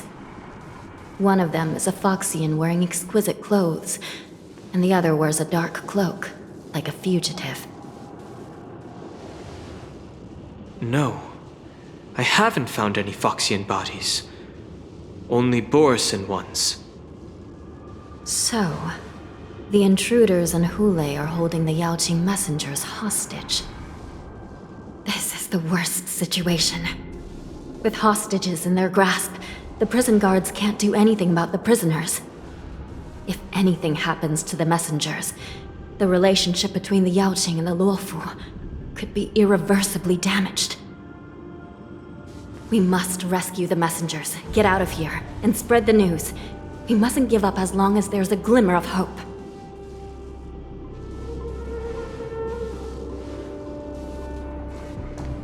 What have you found, Miss Hanya?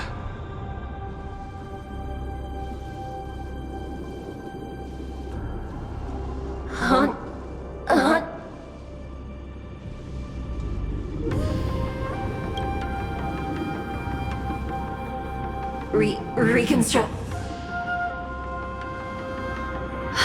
It's my sister. Looks like her soul hasn't returned to the Hall of Karma yet. At such a critical moment, her death can give us information that we can turn into an advantage.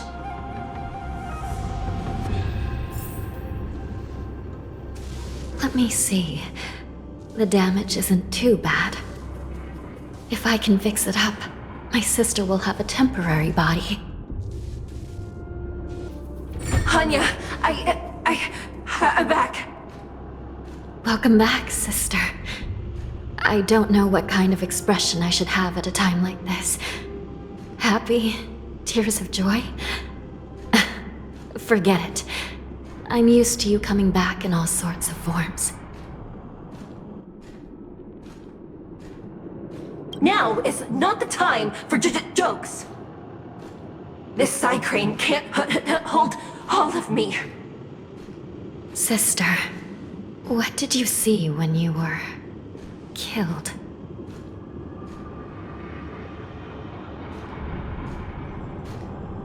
One of the Yaoqing messengers escaped, and the other one was taken hostage and brought upwards? Besides the Borisin, there were other intruders. Invisible. Invisible intruders? What does that even mean? How many conspiracies are tangled up in this mess? Do me a favor, sister. The intruders have cut off all communication between inside and outside the prison. And now you're the only person, the only bird, who can slip out undetected. Make sure you deliver the news to the outside world. I understand. Please be careful, sister. You are different from me.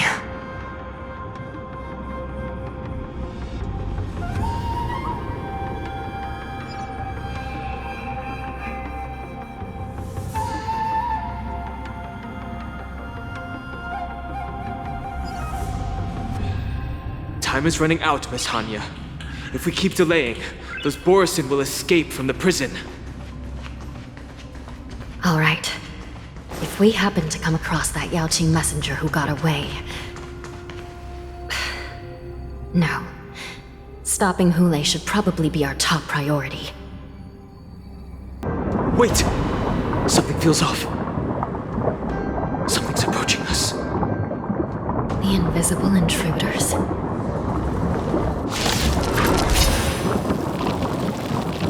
Watch your back!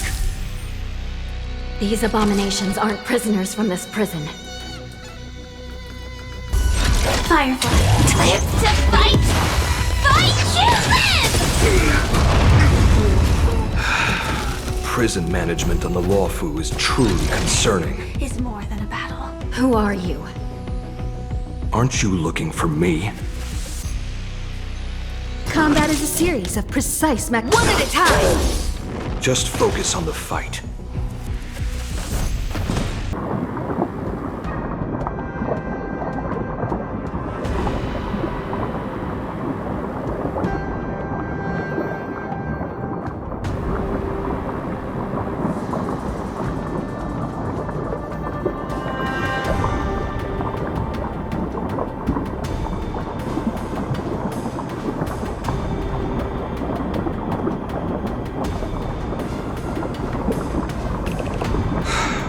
Prison management management on the Luofu is truly concerning.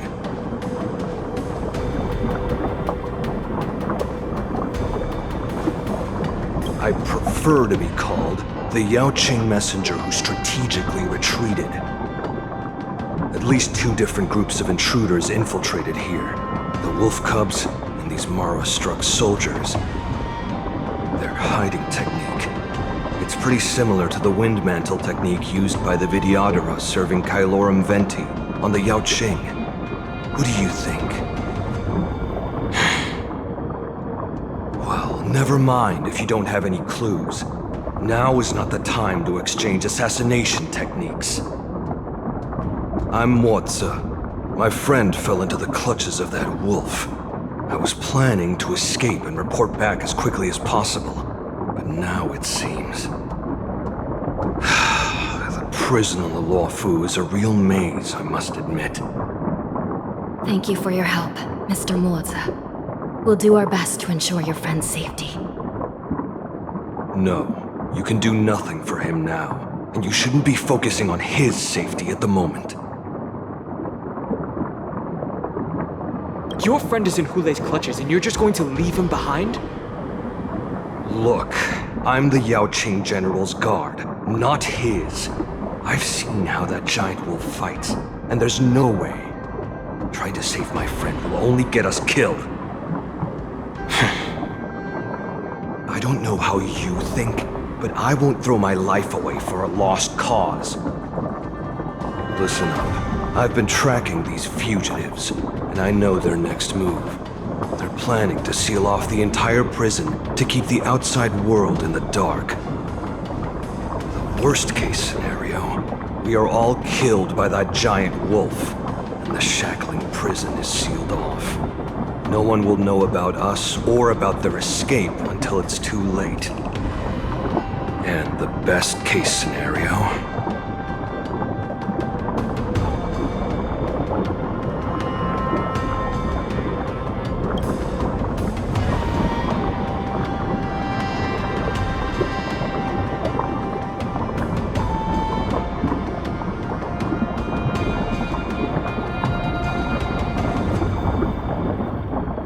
Best-case scenario would be, we seal the gates and trap the enemy inside with us. We can't let that monstrous wolf escape. Hopefully, someone will eventually notice that something is off and come to help. As for whether we'll still be alive by then, it's not something we should think about. You should have a way of comforting people, Mr. Mozi. As a person of the Yaoqing, I've always searched for something meaningful to give my life to. I have to make it out alive. My companions are waiting for me. As a netherworld dweller, I've already died once.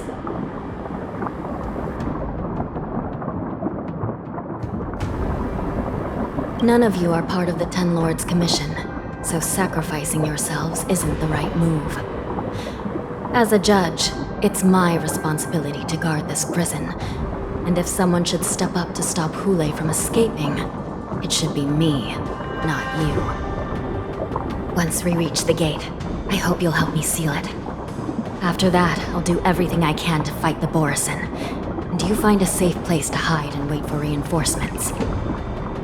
Now, let's proceed upward.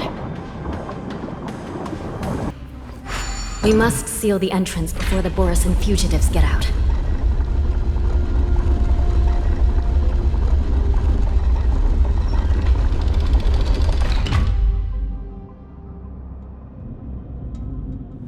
The prison wardens and mechanisms won't be able to hold them for long. Follow me.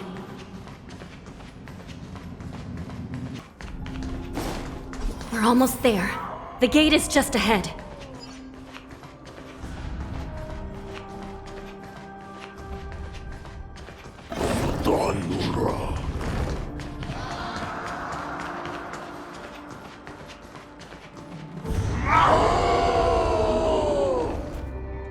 I will hold them back. Don't let Hulei escape.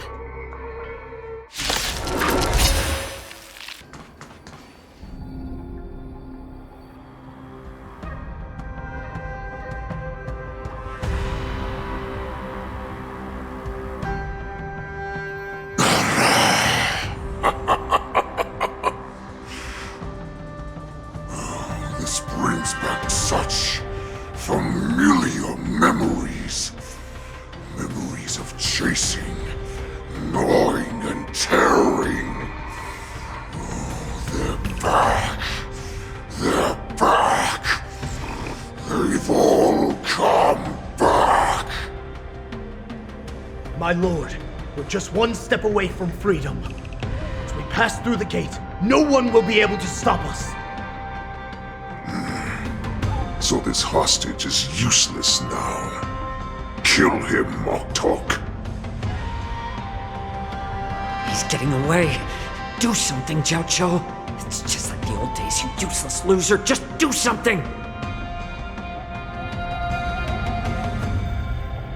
Maybe this Yao Qing messenger can strike a deal in exchange for his life. He can use his status to help us escape from the Xianzhou. What do you think, Mr. Jiao Zhou?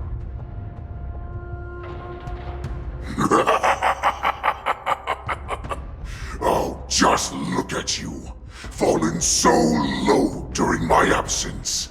You're even negotiating with livestock. As far as I recall, no one from the Yao Qing would ever consider a deal with Duran's offspring. I've got to make this beast stay here, whether it's for the sake of Fei Shao or the Yao Qing. Deal. I certainly have more value alive. My identity, my knowledge of the Xianzhou, and my understanding of many things that your minions have no knowledge of. They'll all be valuable.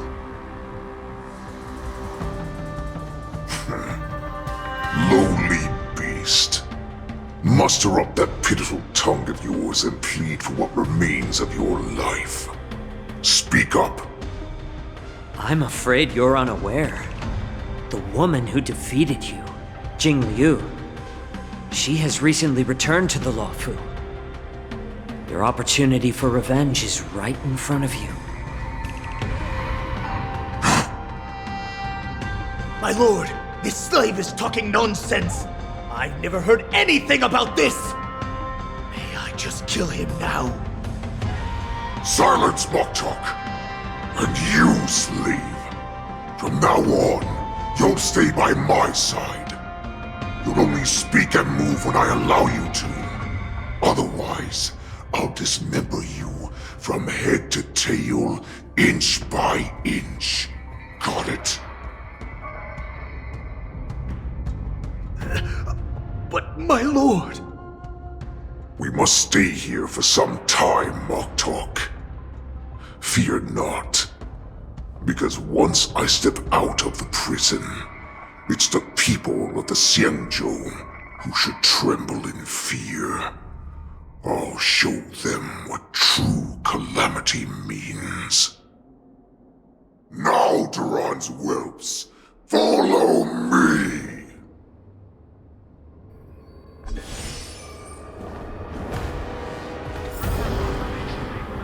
Prison guards! Stop them! For our great Lord Hulei!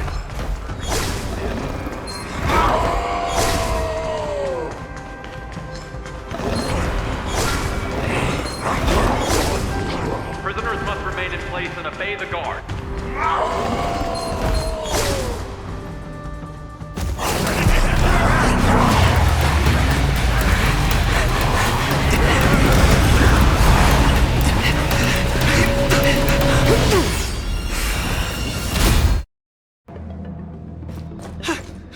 Report!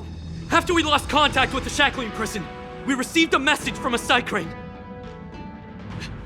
The prisoners have revolted, and the criminal Hulei is nowhere to be found! What about the Yao Qing messengers? And the Nameless? No news at the moment. We're trying to restore contact with the shackling prison as soon as possible. I see. You're dismissed.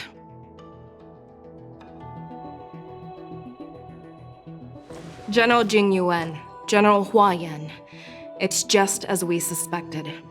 The rise of the Ambrosial Arbor was not the end of things, but the beginning. The hand of the Ruined Legion has already sown the seeds of destruction. From this moment on, the Xianzhou Alliance will face an even greater challenge, from both the abominations of abundance and the destruction itself. If this is what they want, I'm always up for a challenge.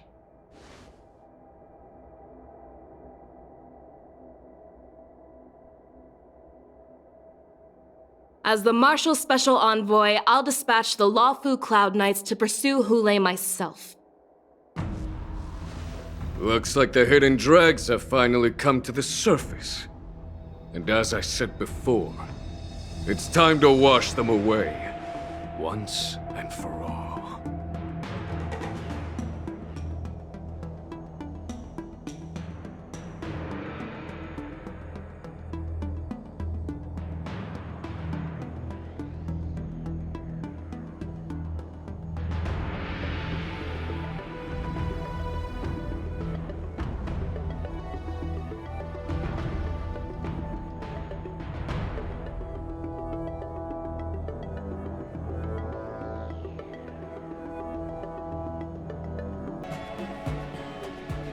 It's still early. Where to now?